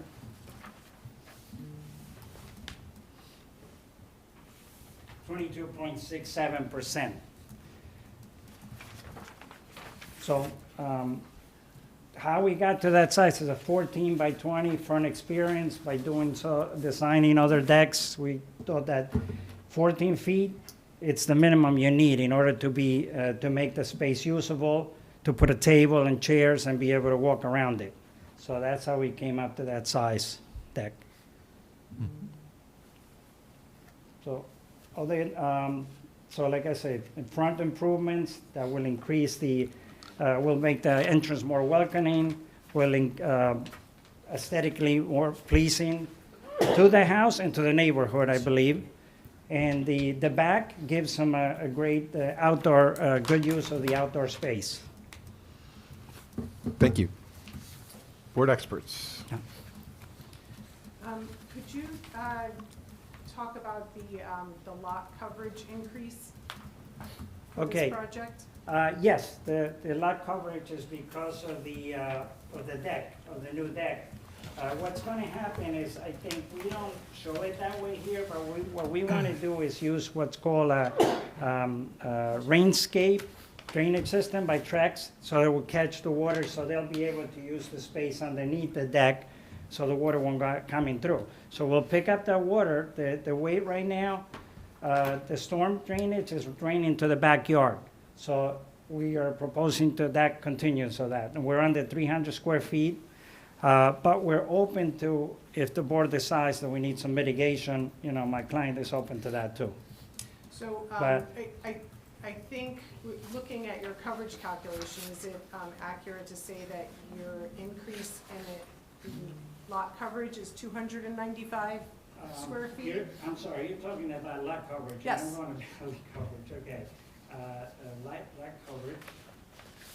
there's no variance required. No. And it looks to me like it is 295 square feet of additional impervious coverage. Yes, that's correct, yes. Okay, so, And, you know, part is the deck and part is, we just expanded the driveway a little bit with the new steps and everything, the way it worked out, so that became a little bit bigger, yeah. And okay. that's how we got that increase. And so you are proposing some kind of water storage? No, not at this point, we're not. Oh, okay. We're not, All right. yeah. Yeah, we're thinking, I think there's a my system client could- under the deck, Yeah. so it just catches that water, right? And Oh, I don't think, Okay. I don't think it's. So, since there's no, the increase is less than 300 square feet, Right. there's nothing required. Right. So the board can't make you do anything, but if the board were to look favorably upon this, I would think that a requirement would be that they would have to provide an as-built, just to make sure that there was no increase beyond 300 square feet. So understanding that if you do go above 300 square feet, you make the patio just a little bigger or the deck a little bigger, it's going to trigger stormwater management. So now you have to do something about that. I understand that, and it's That would be my Please, well, no, recommendation yes. to the board. So right now, where is the stormwater in the backyard going? Is it continuing in the same manner in which? Yes, It it's is running, it's existing. all grass in the back, it's all grass, so it's just running, and as far as I know, it's draining very well, you know, he hasn't had any issues, any ponding or anything like that, so. I noticed that your retaining walls around the front yard and the driveway abut the property line. Mhm. Is there any discussions with your neighbors about accessing the property? Yes, we've discussed that with our neighbor, and he's fine with it. He's actually here. It's an improvement, because that wall has to be replaced, you know, and it's all under 4 feet, by the way, everything is like below 4 feet. Okay, So, thank you, okay. thank you. Are you taking any trees out with the project? No. I think that's all I have. great, thank you. Mr. Chairman, just a few questions. One of the things that I did note, you had mentioned you're removing your shed, but you're also removing your sidewalk? Yes, that's correct, too, I didn't mention that, yeah, there's no need for that anymore, there used to be an entrance on the side, but it's not there anymore, so there's no need for that. Okay, so some of Yeah. that is actually being reduced, helping Reduced. to reduce the amount of coverage you're adding. That's correct, yes, we're trying to balance it. Just to Great. identify that, give you credit for it. Would you say one of the unique conditions of this property, and I think the applicant tried to explain it as well, but from a planning standpoint, you indicated you're a planner, but that this property is somewhat, the building itself is somewhat having to deal with the fact that living is on the second floor. That is correct, yes, that's exactly it, yes. So you're trying to establish an outdoor living space for that main living room. Right, and at the level of the kitchen, which is normally what you would want it, you know, if you're entertaining, and also adding that staircase that brings you down to the deck, Okay. to the yard, I'm sorry. Right, and so that's sort of a unique condition of this house. in its Yes, configuration. yes, that's my point there, yeah. So that was more in line with sort of a hardship condition. That is correct, yes, yes. So talk about that. And your 50 square feet, as you mentioned, really is just for that storage area. But that storage area really is visible from the driveway area as far as a mass or scale that's projecting out from the building? It's gonna be- No, it's enclosed, it's under the platform, and you have a door on the side, we're putting in a Sir? door to access it, yeah. Why don't you show them your rendering? I think that does a good job. That's the door, yes. I think I'm just trying to get to Yep. the basis. Yeah. It really doesn't create much of a No. increase in fall in the No. building No. because it really is the lower level of the front floor. That's correct, yes. Thank you. Thank you. No further questions? Thank you, Ed. Board, what questions do you have for this witness? I got several. Let's start in the backyard. The material underneath the deck, is it going to be semi-pervious or completely Well, impervious? it's impervious right now, because if we covering the deck, then there's no point of us to make it, you know, pervious pavers, because the Fine. water's not getting. Just wanted to make sure that's on the record. Right, yeah. And frankly, the backyard, I think is great. It's a great idea. The one thing I didn't notice in here, but I saw in your renderings, proposed landscaping. No, we're not showing any landscaping, but, you know, again, my client is open to that, and I think he's planning to do that, right? And replacing the fence possibly in the back and then some landscaping there. I think that was in the report as well, you know, Okay. I remember seeing that, yeah. The front stairs, can you go through the rationale of changing, you're making them what appears to be substantially larger in terms of length? Can you walk through the rationale of that design change? Yes, length is because they wanted like to have a couple of landings. There's a lot of steps, just go one shot, so we broke it down into like 2 landings, you know. So instead this of one. becomes much easier to walk versus a Right, steep step, easier especially with to go kids? up and down, right, that's Okay. correct, yeah. And a little bit wider, because right now they're kind of narrow too, that the stair is only one now, right now, it's a straight shot. Okay. So, I noticed that you also picked up the comment on the metal roof of the porch versus the bay window. yes, Perfect. yeah, they'll match, you know, we'll be matching that. The storage itself, is it only underneath the porch, or is it going to extend under the stairs as well? No, only underneath the porch, that's it, yeah. And then the only other comment I would suggest is, it's maybe a rendering issue, the column massing on that porch seems a little out of proportion relative to the columns and the mullions of your bay window. Okay, So I would just put that as a word of review. I appreciate that, we'll look into that, yeah. I think he's shortchanged the widths of his bay window in his rendering. If you look at the photograph, they actually look a little bit wider. Don't think they're quite 12-inch columns, but yeah.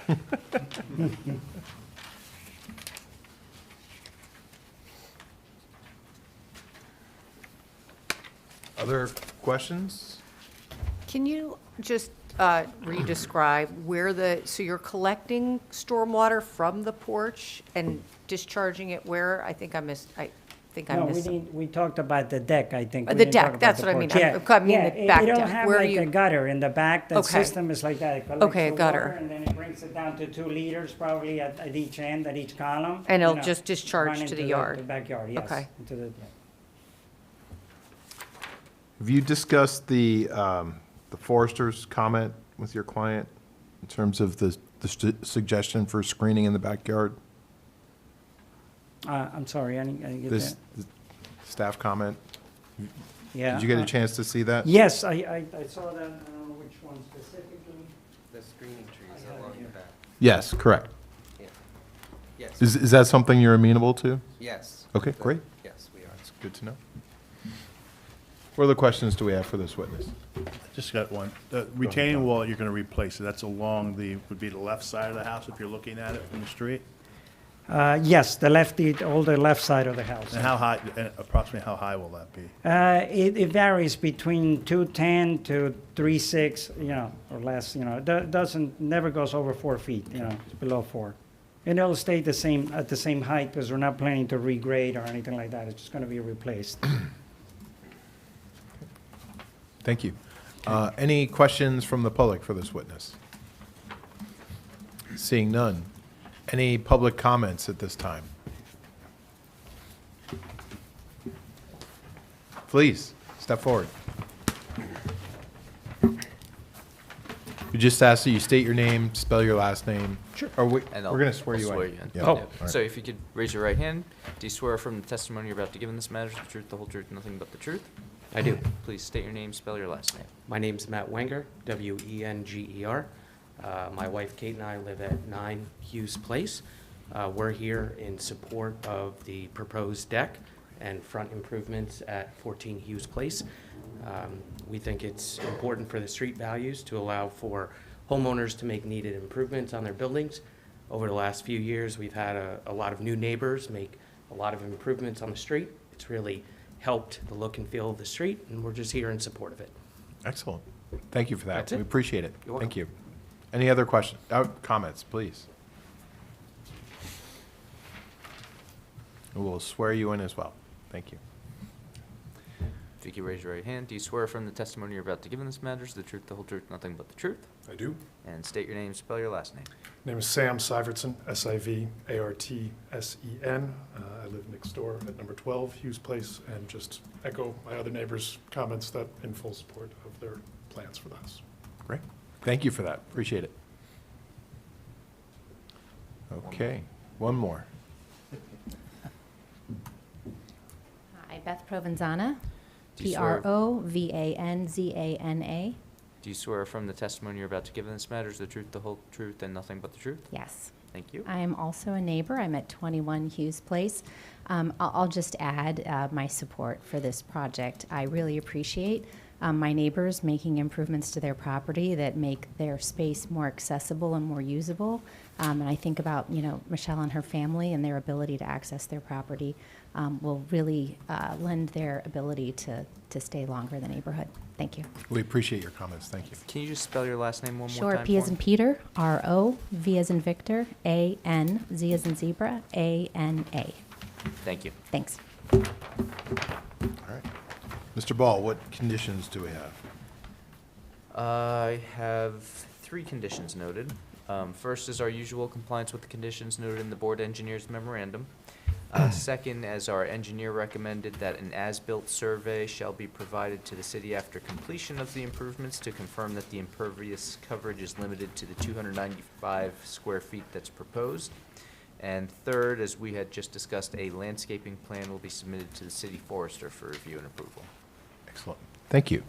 Mr. Ball, I'd recommend that we change that from 295 to just less than 300. 5 square feet's not going to make a difference. Fair enough. If that's okay with the board, of course. I just have one comment before we get into deliberations. If we address this during the hearing, I apologize. Mr. Snake has noted that the AC unit in the side yard should be screened with landscaping or fencing. Did we mention, did you? I didn't mention that. I Okay. missed it. Okay, so I think we should add that somehow. Move on, if you can screen or you have a comment regarding that. Sure, we're open to that comment. The existing condition is that the AC unit is screened on one side by our neighbor's fence at 16 Hughes, and then from the front of the property, you see in the photos, the pine trees. So it is screened in that way. I'm not sure if there's an additional kind of screening that's called for there.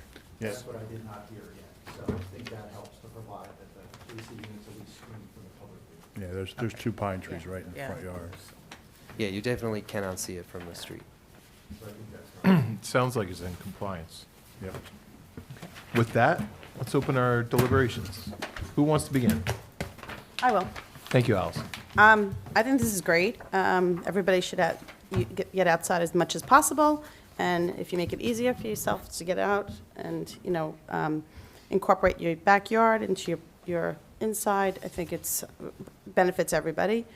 I think everything here is an improvement. I agree with Jay with the pillars on the, by the portico do look very wide, and if you could change them, or that would be great also. And appreciate all the neighbors coming in. I wish every applicant had the neighbors come in and just show the support. We're here, we all live in Summit, and this is a community, and it's important everyone gets along, and that everybody is, is supportive of everybody else. So I think this is wonderful. So I fully support it. Great. Tom? Yeah, I agree. I mean, the increase in FAR is really very, very modest. There's a larger increase in maximum building coverage, but I think we understand why that is and why it's useful and helpful. And I appreciate the effort to reduce coverage by removing the side steps and walkways. I guess they're not needed, but it's good that you're removing them. And also, too, great neighbors. It's nice to see such support, so that's always good to see. So I can support this as well. I can support this application as well. You're kind of between a rock and a hard spot, it's a smaller lot, and it is important to have that outdoor access. I can support it. I just want to add something that hasn't been mentioned, but I actually love the storage under the steps, the front steps. Very clever. I do think that it's not just a creative way to get some storage space when you get rid of the shed, but it actually is aesthetically pleasing, because right now you have this large open staircase that you kind of see underneath, and this is sort of really incorporating it into the structure, and I think that it's going to improve the aesthetics from the street. So I think that, there's a benefit of the storage, but it also, I think it does help improve the neighborhood, which I think is a benefit that I feel like we should state here. Probably one of the reasons the neighbors are in support of it as well. So I can support this. Just got to get that street paved.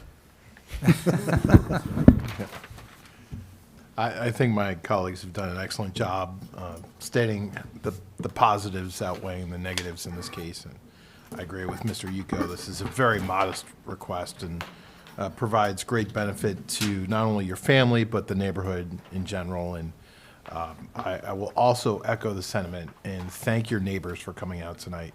As a board, we very much appreciate seeing this kind of positive support, not only for your neighbors, but for your street and your community. It is very welcomed and very appreciated. I just want you all to know that. So thank you for taking time out to do that. So with that, can I ask for a Can I motion to? just add one comment? Yes, Sorry. please. I know the stormwater management is not required, but I think, I would just say that it's something maybe to look at, because now that you're going to be discharging more water into the space where your kids are going to play, you might find that your yard is, you're having more, you have less pervious cover, right? And it's all coming to one place. So just something to think about. It's not required, but maybe you want it just to make your backyard that much more usable all the time. You could put it under the deck. So anyway, just a thought. Good suggestion. Thank you, Miriam. So with that, can I get a motion to approve? So moved. Can I get a second? Jessica, roll, please. Vice Chair Zahn, Yes. Mr. Yuko, Yes. Mr. Nelson, Yes. Ms. Chifo, Yes. Mr. Feskins. Yes. Mr. Chanchuli, Yes. Chairman Liketz. Yes. Congratulations. Good luck with your project. Thank you. And finally, for the evening, can I get the 90 Tulip Group, please?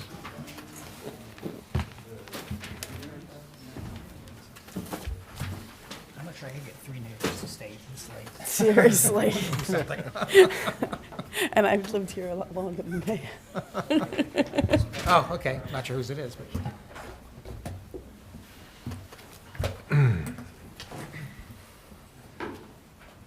I didn't say thank you for the beautiful color pictures, too. Yes, I wanted to ask what his printer is. Yeah. It's a good printer. I wish we had color pictures all the time, because, yeah, you walk the properties, but you don't, Yeah. doesn't. I'm like on my phone, like trying, on Google Maps, just trying to remind myself what the property looks like.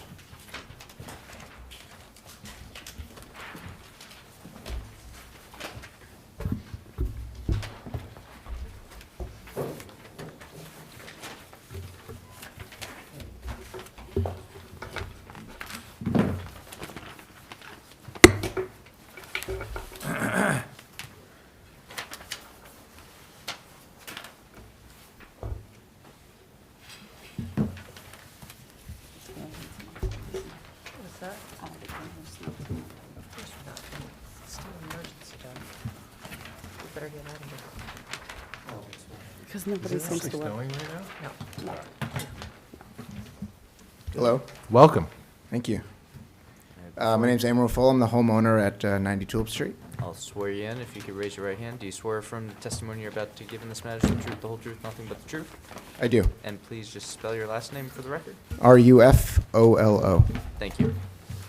Welcome. Please proceed. Thank you. My name's Amro Full. This is my wife Laura. As I said, we're residents at 90 Tulip Street. We've moved into that house in 2018. And for me, it was a bit of a homecoming. I actually grew up in Summit as a child. I went to Summit High School. Laura and I have 3 boys. 2 are at the Brayton School District. 1's in preschool.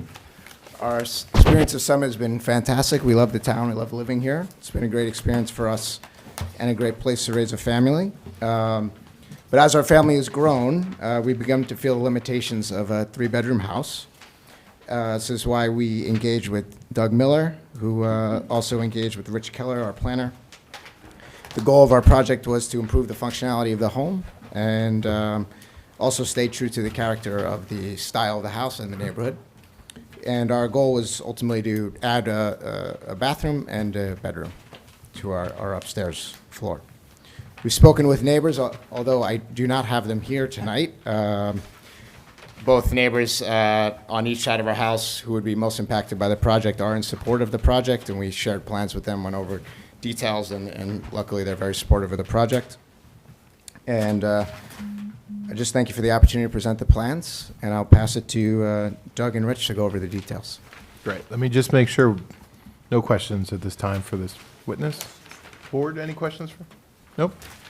Okay, and no one for the public, right? Great. Sorry, just had to take care of that bit of business. Mr. Miller, please. Hello, good evening. Hi. All right. Douglas Miller, oh, hey. Do you swear from the testimony you're about to give in this matter is the truth, the whole truth, nothing but the truth? I do. And please state your name, spell your last name. Yes, Douglas Miller, M-I-L-L-E-R, from AHM Architects, located at 281 Main Street, Millburn, New Jersey. Thank you, and I believe you've appeared before us relatively recently. Any changes to your credentials since the last time you were here? No, my license is still in good standing. All right, any questions from the board, or would you like to accept them back once again? Welcome back, and please proceed. Thank Yes, you. thank you. Thank you very much. As Emil said, he and Laura came to me with the goal of really improving the functionality of the home. The project is, in essence, just adding an additional bedroom and bathroom on the second floor. Let me walk you through the project. Our lot is approximately 50 by 120, and it's located in the R6 zone, narrower than the 60-foot required in this zone. The width, the right side setback, the combined side yard setback, building coverage, and lot coverage are all currently existing non-conforming. The house is a typical Dutch colonial in style. It was built in approximately 1925, and we are requesting C variances for building coverage. There's actually no change to the building coverage. There's only a small change to the building envelope that is not over the existing footprint, and it's a tiny 8-square-foot cantilever over the deck. But since the deck is over 18 inches above grade, it counts in the building coverage calculation. So there is really no net change in building coverage. The next variance is for side yard setback on the right side. That's a vertical intensification of the existing non-conforming. It's existing at 5.61, where 8 feet is required. The next is combined side yard setback. We have 35.46, which is existing non-conforming, where 33% is required. And there is no change to this setback. The two setback variances are kind of tied hand in hand. One triggers the other, so without one, we need both. And then we're also asking for a D variance for floor area ratio. We're requesting 38.8%, where 35% is required. And this is really to expand the second floor over this area in the rear, over the existing kitchen, and on the right side here over the existing sunroom. Instead of taking a lot of time now to go over each variance in depth and argue them, I'm going to save that for a planner, if that's okay with you. And I'll just kind of go through the project and bring you up to speed of what we're doing. The site, there are no changes to the site. The only areas are the two I just mentioned, the vertical intensification of those areas.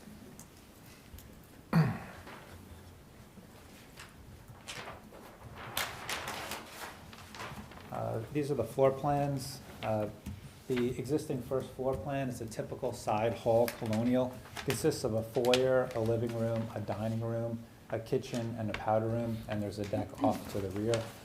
The existing second floor consists of 3 small bedrooms and a hall bathroom.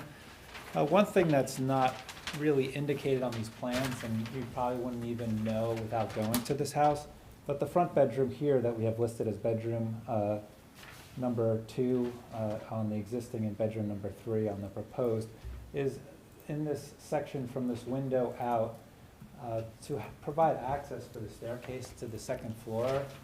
There's a raised section of that floor, basically the size of a twin bed, that removes the functionality of that room. That room now is, according to our dimensions, 10 feet 8 inches wide by 9 foot 4.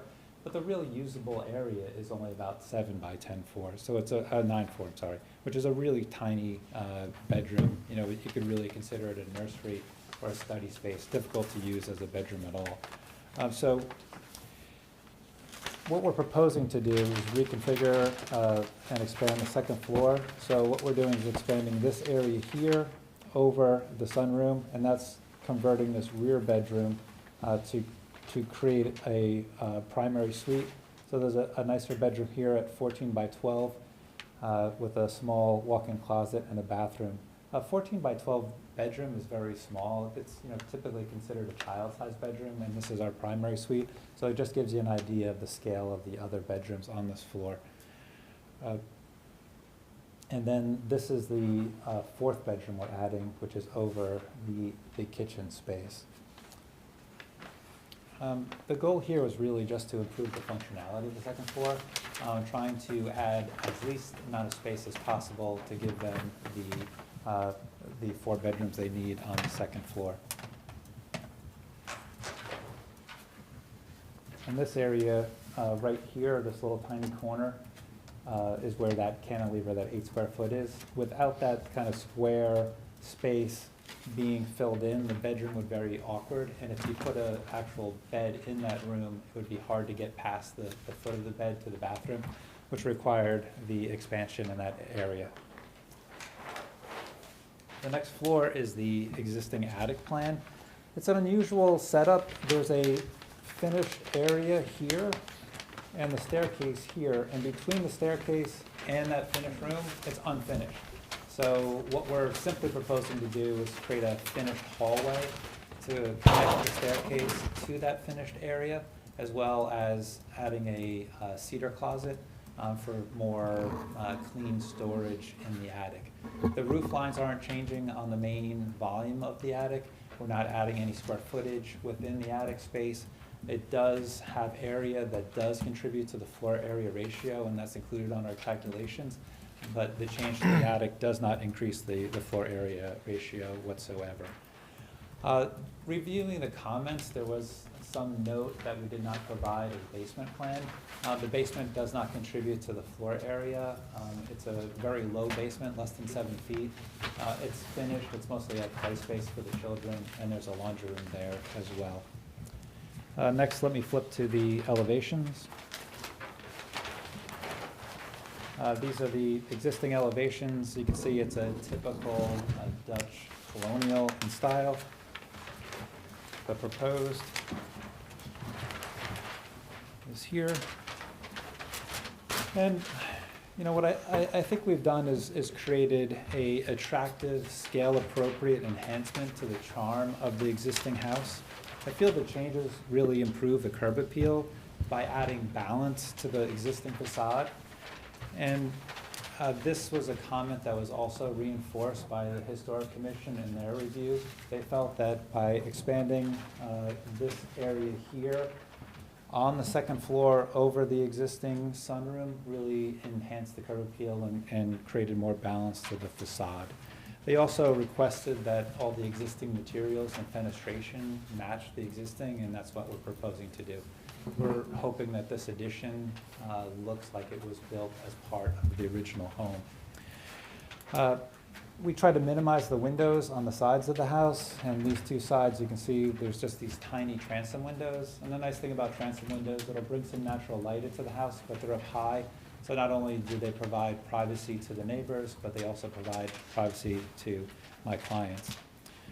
We also used a variety of techniques to break down the scale. The house, by being a Dutch colonial, has gambrel-style roofs. And the nice thing about a gambrel-style roof is it brings the fascia down. So the fascia on the side, it brings it down to the first floor. In a typical colonial, the fascia is up above the second floor windows, which gives a sense of height. And by looking at this right side, which is where the right side variance we're requesting, you can see we've kept the roof line low, which visually decreases the overall height. And we've also used a series of nested gambrel structures.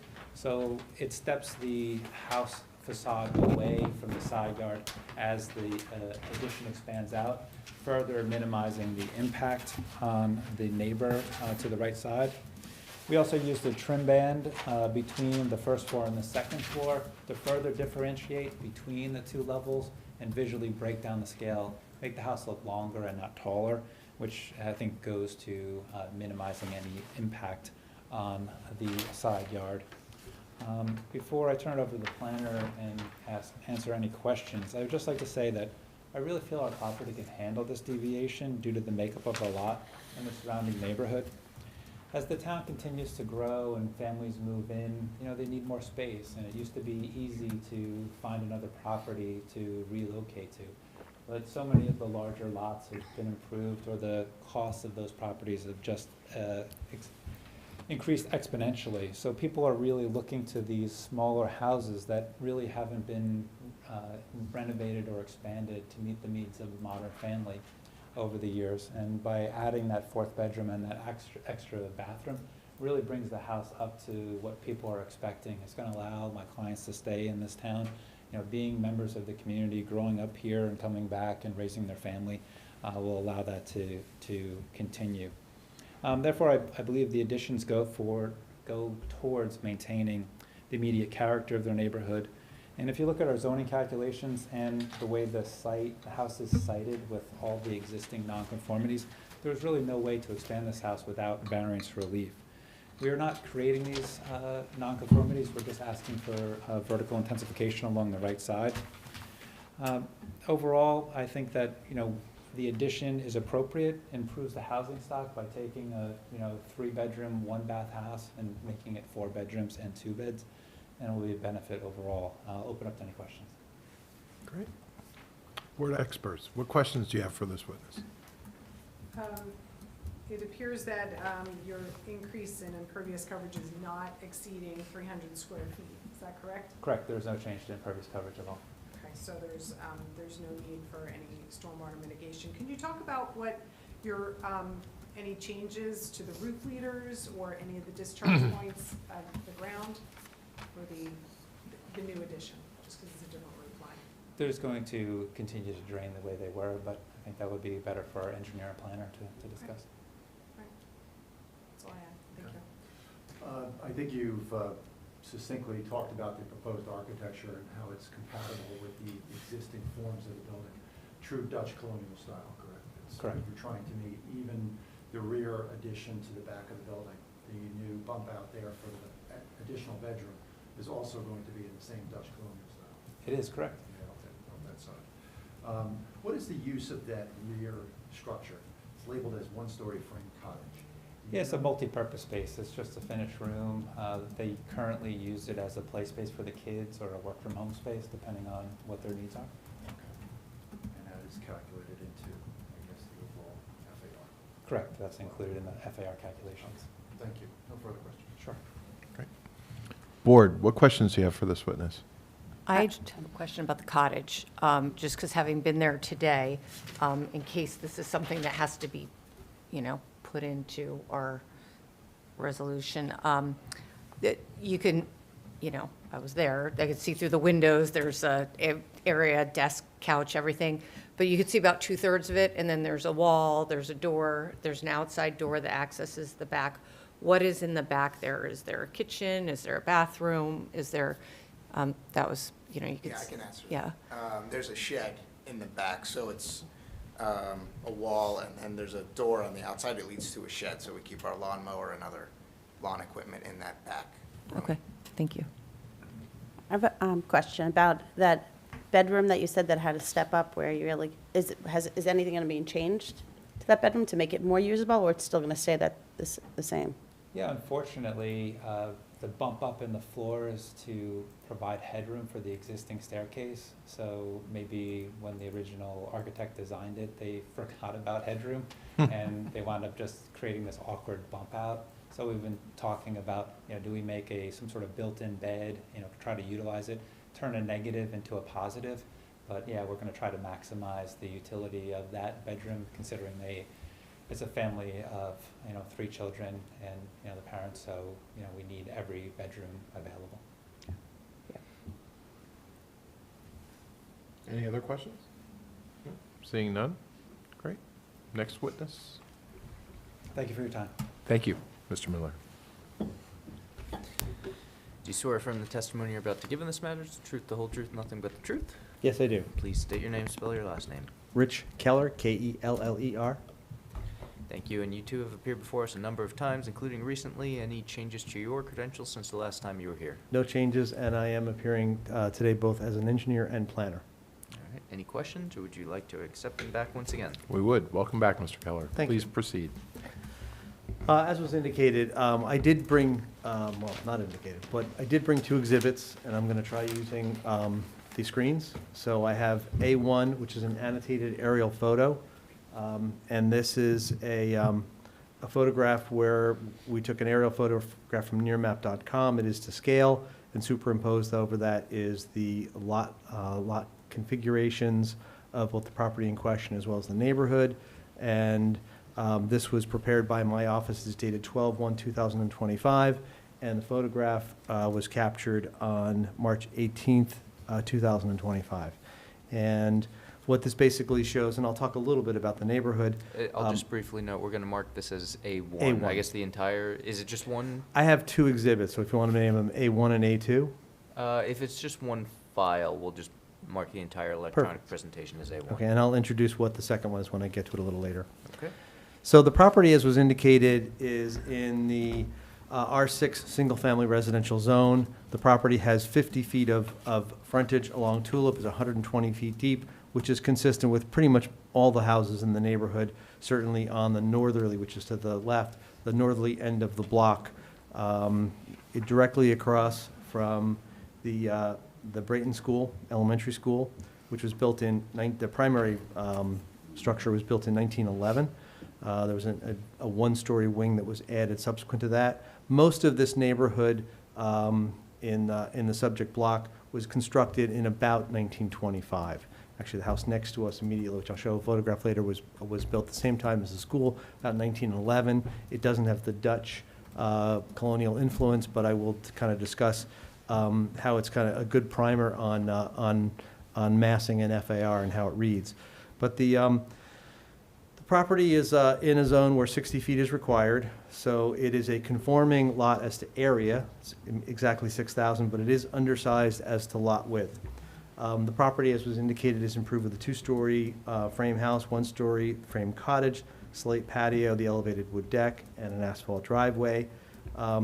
Being built in 1925, the property does certainly predate zoning, and that especially goes to both the side yard setbacks and the driveway setbacks. Most of the driveways in the neighborhood are, if you look at any of the properties on Laurel, including the ones to the left, which is to the north, most of the driveways, basically the back of the curb sits right on the property line. A lot of the right side, one of the non-driveway side setback tends to be between 4 and 6 feet on most of these houses on the block. Not all, but certainly many of them have a similar side yard setback. If you look at 92, it has you can see it has a smaller side yard setback than we do. The next house a little larger. The next house has a small offset on the left side. So it's a neighborhood that's defined by undersized lots that tend to be biased towards one side, have an existing nonconformity on at least one side, most also in combined side yard. And most of these houses have had 2-story additions placed on that non-driveway side. So what we're asking for in terms of, as the architect indicated, elevating that existing nonconformity, it's really not atypical to the neighborhood. The site is by the way, the zoning, this also predates the zoning as far as not just side yard setbacks and driveway, but also predates the times when decks were counted as building coverage. So obviously when a deck goes over 12 inches high off the ground, it counts as building coverage. When this neighborhood was developed, again, pre-zoning, decks were not considered part of building coverage, even when zoning started to restrict building coverages. The site is relatively flat. It has about 2 feet of pitch from the back towards the front, towards Tulip Street. There is some existing drainage. There's a drain in the rear yard that does collect drainage and takes it out to this town storm sewer system, the city storm sewer system in Tulip. That was recently restored. There was some broken pipes, so that is in good shape. From what we can tell, some of the roof leaders tie into that. We can't tell all of them, but they all do go underground. And since we're not expanding any of the roof area, we're expecting roof leaders will come down in roughly the same spots and tie into the same system, whether they go into a subsurface stone holding area or the ones we know go out towards the street. We're not planning on changing that, but again, there's no increase in impervious area, so there should be no increase in runoff, no change to the neighborhood, and everything, as indicated, does grade from the back towards the front, so we certainly wouldn't be negative impacting the neighbors on either side or to the rear. And in my walk, there was certainly, 2 visits to the site, there was certainly no signs of any drainage issues on the property. The development application, as indicated, needs basically 4 variances. First is the D4 variance, and that is for floor area ratio, where 35% is permitted, that's 2,100 square feet. The existing is 33%, which is 1,983 square feet, so we're just conforming under by 117 square feet. And with the addition of the 347 square feet of floor area in that extension over the right side and towards the rear of the house, that's where we're adding to the FAR, that brings us up to 38.8. That's 2,330, so over by 130 square feet. The interesting thing to keep in mind is when we're dealing with small lot sizes, 6,000 square feet, it doesn't take very much square footage to get a big bump in the percentage. So even though we're only over 130 square feet, it sounds like we went over from 35 permitted to 38.8. Sounds like a big increase, but it's really not. It's 130 square feet over, and it's not inconsistent with the neighborhood, which I'll get to a little later. So for the proofs for a floor area ratio variance, I like floor area ratio variances as someone who has a background in architecture. I think it becomes a referendum on the architecture and how well the architect has integrated the mass into the home so it doesn't overwhelm the neighborhood. FAR was originally developed as a commercial metric. Obviously, for a commercial building, the more floor area you have, the bigger the dentist office, the bigger the store, the more customers you have, the more workers you have. So there's a direct relationship between intensity of use and the FAR. For residential, it really was modified in the last 30 years, and it becomes a metric to control the mass. So not intensity of use. We're not expecting to have extra children because we have some extra FAR or there's another family's going to move in. So it's not really intensity of use so much it is we're trying to make sure the mass doesn't overwhelm the neighborhood. The standard for the positive proof for an FAR variance is addressed pursuant to the Randolph Town Center case, which basically follows what's known as the Coventry Square criteria. And using that criteria, the applicant needs to show that the site can accommodate the problems that are usually associated with an FAR greater than that permitted without substantial detriment to the public good or the zone plan. The usual problems that are associated with an FAR greater than that permitted is overcrowding on the site and overwhelming the character and scale of the neighborhood.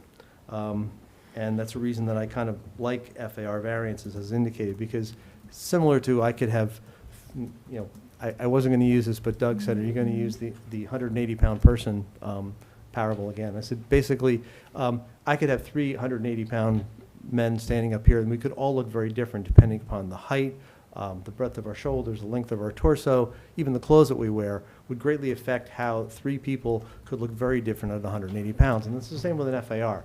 FAR is not, we sometimes get hung up on the numbers on an FAR, and it really is when you go over the FAR, it sets off an alarm that we need to look and make sure that this mass has been incorporated into the structure so that it doesn't change the character of the neighborhood and doesn't feel out of place with the neighborhood. And I would argue that the way Doug has handled the architecture, it certainly does not overwhelm the neighborhood. It remains in character of the neighborhood and enhances the character of the neighborhood. We think the site, first of all, the rear addition cannot be seen from the street.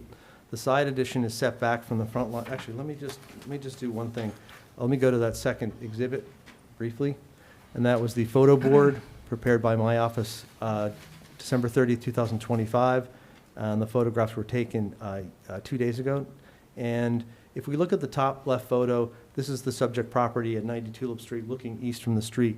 And you can see you don't really see the Dutch gambrel sides, but you see it's a modest colonial with a one-story addition to the right, a sunroom.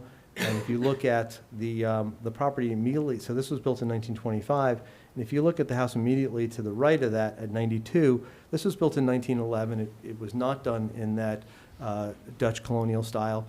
And you can see that in this property, rather than having the right mass, which I think it was probably similar, had a similar one-story bump out. Most of these homes in this neighborhood all had a 25 or 26 by 26 foot footprint with a sun porch added onto it, some of which were extended upward. This one basically fits that same parameters that was built earlier. And you can see that rather than setting that that mass back on the right, as is done on the subject property and many of the others on the block, the architect in this case aligned them so that it reads as one long facade. If we look at the property side by side, you can see here's 90 Tulip on the left, 92 on the right, and you can see that while the roof is a little lower, it's not as steep, it doesn't have the gambrels to break down the side massing. You see that it has actually, I think, what's a more massive appeal from the street. If we look at the fourth photograph, which is that same house at 92, going down the block to 94, you can see the difference again, where 94 is almost identical to our house, except that they've put a full porch across the front. And you can see the way that porch breaks down the mass of that facade. Interestingly enough, our house will not look any different from the street. In this view, it will be slightly larger as we're extending up that second story over the right wing. However, it will really look no different than the rest of the block. Obviously, there's a much lower house, and then they go back to a very similar style to both 94 and 90. And again, you can see, if you look at our house, which will come in at, with the proposed additions, come in at 38.8%. The house on the right comes in at 25, just under 25%. And the house to the right of that comes in at about 34%. So just between 34 and 35%. So you can see the way that the massing and the way the architecture has helped, the roof line, the not going with the Dutch gambrel, which means the roof does not come lower onto the facade. You can see the way that the architecture helps to break down the mass, so that three houses which have very different FAR numbers, the one that appears the biggest from the street is actually the one with the smallest FAR. Again, no hard criteria. The rear addition cannot be seen from the street. The side addition is set back from the front line of the house, so it's consistent with other homes in the neighborhood. So there's no impact on the adjoining dwellings to the north or to the south. Excuse me. The architect has varied the roof lines and massing to create shade and shadow. He's developed that gambrel roof to help further break down the massing on the right side of the drawing, which is on my drawings, the drawings that are still on the board. What was pointed out by the planner is the architect has also extended, which is unusual for the neighborhood because a lot of these have rear additions, but they didn't carry that Dutch gambrel style in the rear of the home. So the additions that are on the back appear to be newer and they appear less nuanced and less in character with the home. So the architect was careful to, when they did expand that bedroom over the kitchen area, that they followed through the gambrel roofs, both to break down the mass and also to carry the style and nature of the home around to the back of the property, not just the front. And I would point out, this is fully conforming in height. And as indicated, the FAR is not inconsistent with the neighborhood. I would point out that in 2022, property at 9 Laurel underwent a significant gut rehab and extension to the rear of the property. They did a lot more work to the inside. They did an open plan, et cetera, but also sought to have 4 bedrooms. That was granted approvals for lot coverage of 49.5%. Building coverage of 25%, and an FAR of 37.5%. And if you consider the fact that the garage, which doesn't count, a certain 228 square feet of the garage don't count for FAR, but it does appear as mass on the property. If you calculated that 216 square foot garage as FAR, that would be about 41.1%. So these are numbers that are not inconsistent with the neighborhood. If you look just at the massing, you can see as you move to the right or to the south on the street, you can see that there are other homes that are bigger. They have larger garages. So I don't have the full FAR areas for those lots, and I hesitate to do calculations on them anyways because, again, I don't think the numbers really matter, but also what I found is that we have attributed 85 square feet of FAR to the attic. I can't get that from property data records on the adjoining home, so I don't know whether Other properties have 80, 100 square feet of FAR in their attic, so I tend to discount that direct comparison. I did happen to have the resolution of approval for 9 Laurel, so I was able to get those numbers exactly. But so I think that it's not out of keeping with the neighborhood. With regard to the C variances, first is for building and lot coverage. Building coverage, 20% is permitted. We're at 1,200, which is 1,200 square feet. The existing is 26.8, that's 1,608. So that's 408 square feet over what's permitted, but that does include the decks, does include the cottage. The proposed stays identical at 26.8 or 1,608. Also need a maximum lot coverage, and again, there's no change in this. 40 is permitted, that's 2,400 square feet. Existing is 42.16, and that's also the same proposed, that's 2,530 square feet. So again, that's only 130 square feet over what's permitted. So these are not huge numbers to get big bumps in the percentages. As was indicated in your planner's memorandum, we don't have any record that these were ever approved by granted, but obviously given the date of the neighborhood, we think that they probably certainly do predate zoning. We think that this can be approved under the C2 criteria. That's the flexible C variance where the plan as proposed represents a better planning alternative than a conforming one might. And this applies where the purposes of the Land Use Act are advanced and the net benefits of the deviation outweigh any potential detriment. The purposes of the Land Use Act that we think are advanced is general welfare. It allows the owners to contemporize the home with regard to amenities most people require in 2025. I think my heart goes out to any mother who can live in a house with 3 boys and a husband with 1 full bath and a powder room on the first floor. And so what they're asking to do, I think, is a reasonable request. And as indicated by the architect, there weren't a whole lot of other ways it could be done in this house, given the size of the lot, the location of the existing dwelling. So we think we're advancing general welfare. We're also promoting a desirable visual environment. It's an attractive home. It actually improves the aesthetics on the back of the house. And it's, as was indicated by your historic chair, the proposed second-story addition adds balance to the front of the elevation. So we think it improves both the front and the rear aesthetics. Actually takes it more into keeping with the neighborhood and the historic nature of the neighborhood.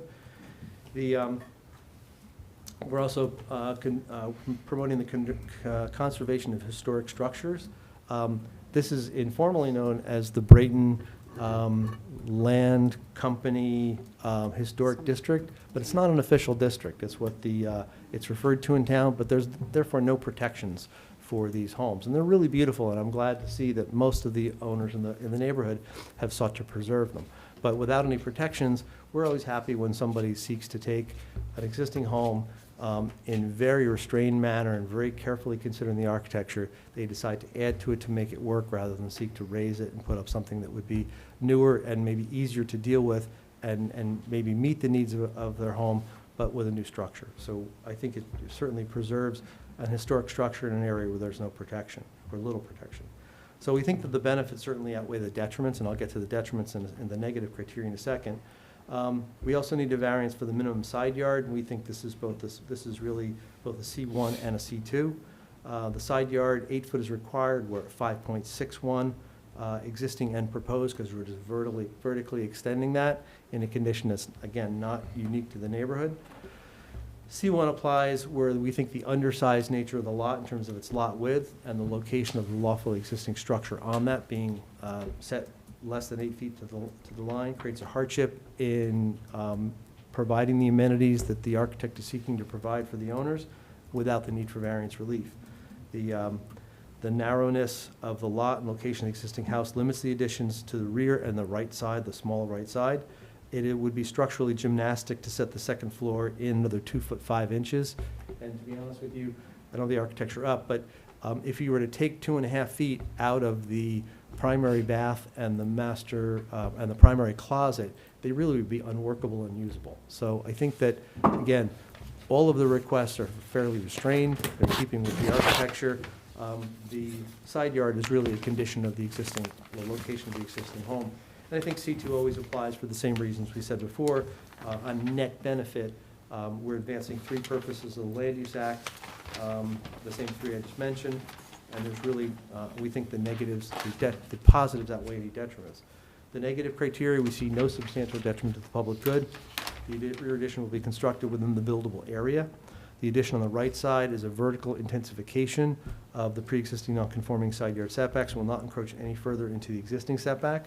Both additions will be constructed over the existing first floor, therefore there's no change to the building coverage, no change to runoff, no change to lot coverage. The additions don't change the building height. It's still well under it's still more than 2 feet lower than the permitted height within the zone. And the additions properly nest lower, as they should, as would have been done in those Dutch colonial homes. They nest in lower, so that as they move out, they telescope, or really they telescope back away from the property line, minimizing the impact on the neighbor closest impacted. I think the architecture has done the addition will complement and integrate with the existing house using matching siding, windows, details, colors. I think that the architect has actually done a pretty good job in creating a cohesive piece of architecture that feels appropriate to the site. There's no substantial impairment to the master plan. We're really doing nothing to really change the character, only preserve the character of the neighborhood. And as I said, the amount of FAR relief requested is similar to that in the rest of the neighborhood. Again, the FAR being a D variance, so we do require 5 affirmative votes on that. The C variances require a simple majority. I'm happy to answer any questions. Thank you.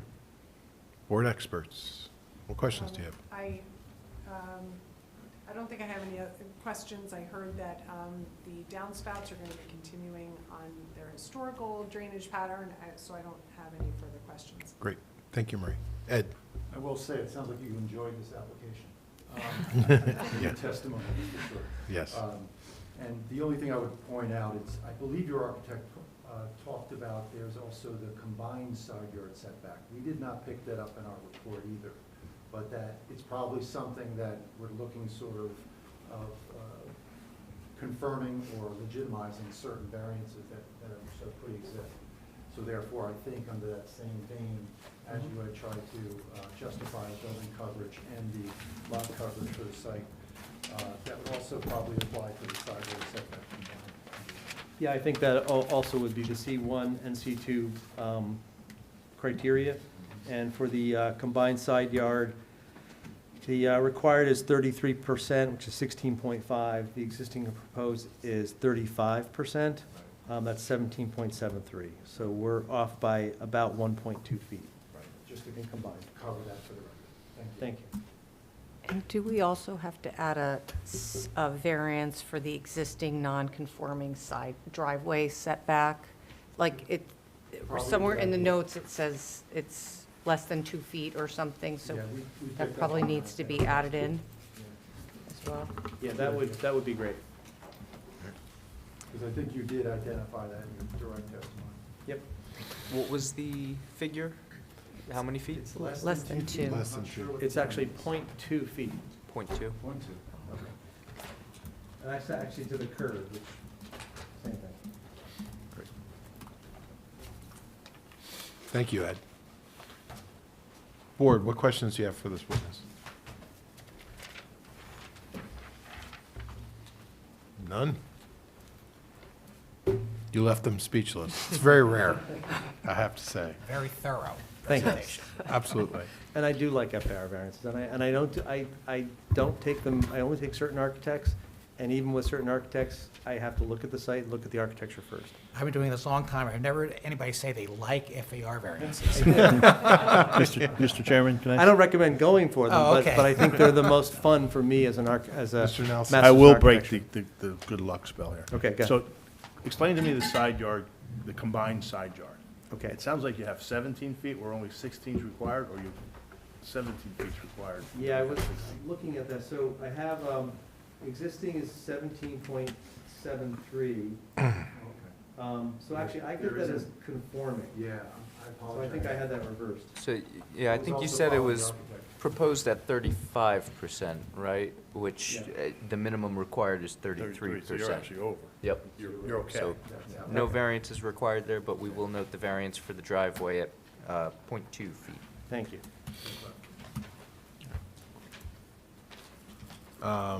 Seeing no questions or comments from the audience? I have a question.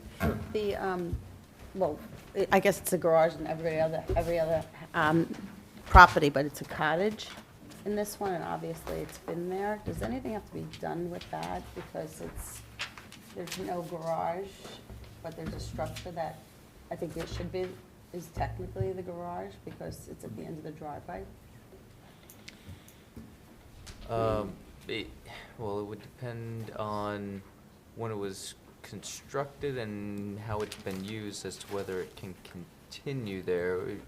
It's been there, I mean, I live in the neighborhood, it's been there. It seems like it's always been there. And it's like, it was always known that they're the one house with the cottage in the back, but does anything have to be? Memorialized? What is it Essentially used? legalizing it. What is it used for? Well, it's not really a cottage, because there's no sleeping in it.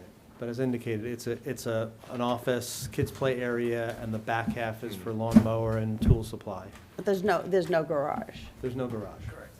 Should we just legalize the fact that it cannot be converted to dwelling? Yeah. Yeah, so we've come across this in other cases where, additional space, it may be used as living area or can be converted more easily. What we have required in those cases as a condition is a deed restriction confirming that it'll continue to be used as a single-family home. If you're amenable to, filing that deed restriction, that I think would address any potential concerns of the board. Yes. Okay, great. Perfect, thank you. Does that prevent it from being used as like an Renting? in-law? Not just No. renting, but like putting a kitchen in it? Because I know that those are that's the kind of thing where, again, that would be a variance So again? Or it that would be- depend how in-depth you want to get on that condition. The deed restriction can limit the use of it in particular. You can be more general in just saying that, it will continue to be used as a single-family home. Depends on what your concerns are. I don't know, we just had a case where we had to say that it wouldn't have a kitchen in it or something. It was a couple weeks The ago. garage, but The- the second floor, right? Yeah, so I was just, wondering why we wouldn't say that here. It seems like something we've sort of been saying, because Summit doesn't allow that, is that correct? So that you couldn't So- make that modification in the future without, I think with the clarification that it stays as a single-family home, I think that would help cover that from a zoning perspective. Right. Because otherwise, when you put in a kitchen, it starts to lead towards two-family. Okay? I'd Okay. say no kitchen. I'd specify, because I All right, think so- that you can have your college-age child living in there too. Like, that's, I don't know, like, I feel like it's kind of like, So we'll incorporate that into one condition. The deed restriction will mention both, no kitchen and continue to be used as single-family home. That's fine, yeah. Okay, No issue great. with that.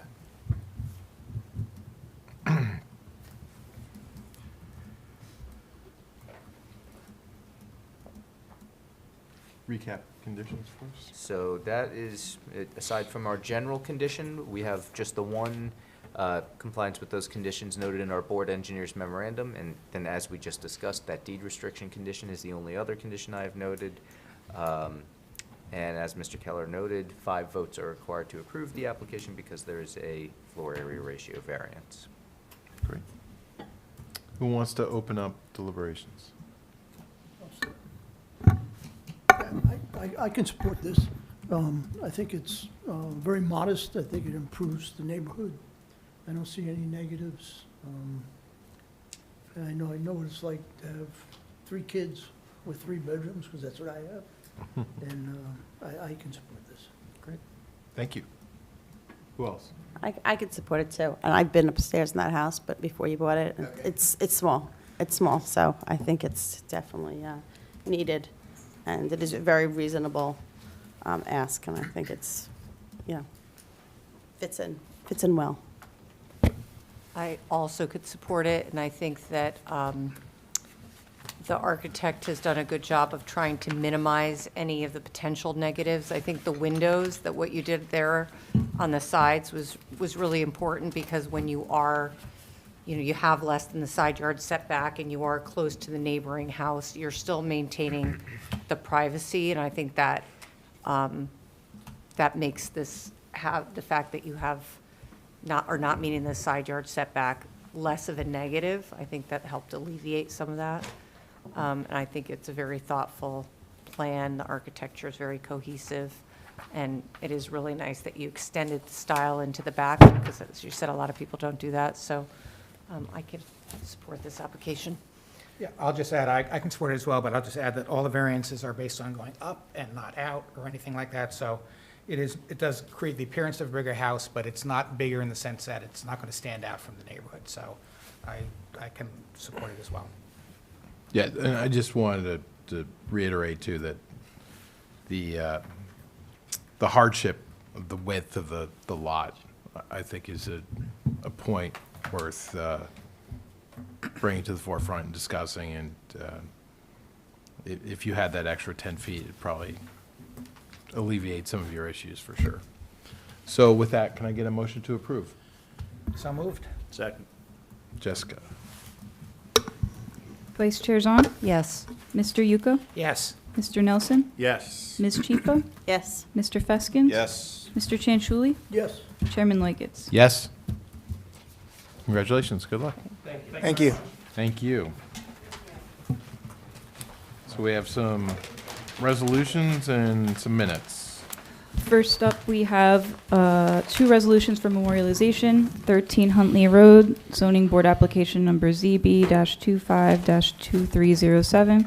The eligible members to vote are Vice Chair Zahn, Mr. Yuko, Mr. Malay, Mr. Nelson, Mr. Curran, Mr. Feskins, and Chairman Loikitz. Could we get a motion? So moved. And a second? Second. Thank you. Vice Chair Zahn, Yes. Mr. Yuko, Yes. Mr. Malay, Mr. Nelson, Yes. Mr. Feskins, Yes. Chairman Loikitz. Yes. Next up is 190 Kent Place Boulevard, zoning board application number ZB-25-2309. The eligible members to vote are Mr. Yuko, Mr. Nelson, Mr. Feskins, and Chairman Loikitz. Could we get a motion? So moved. Second. Thank you. Mr. Yuko, Yes. Mr. Nelson, Yes. Mr. Feskins. Yes. Chairman Loikitz. Yes. Thank you. Up next, we have the minutes from September 4th, 2025 for memorialization. Could we get a motion? So moved. And a second? All in favor? Aye. Any opposed? Okay, thank you. Just a reminder, folks, our next meeting is virtual, all right? And it should not take very long. for that? They went out today. I emailed them today. Can I get it? Does the public know, like, if somebody asks, like, what is known about the next meeting? Like, It is was noticed. I don't know if it was actually published yet, but we sent out the notice. That that's a virtual meeting? Yes, and it Virtual also for was posted. scheduling purposes only, and it has the anticipated next hearing date as well. So the public can go on if they wanted to? Yes. Okay. Thank you. Maybe post a note on the door, though, just in case. Yeah, and there, it will be posted, actually it was posted today on the agenda section, and there is also on the kiosk out there, and you want it on the door too? Okay, sure. Should we fly one of those banners? I'm just going by past Over the city. experience. Motion to adjourn? Unless there's any other business. Second.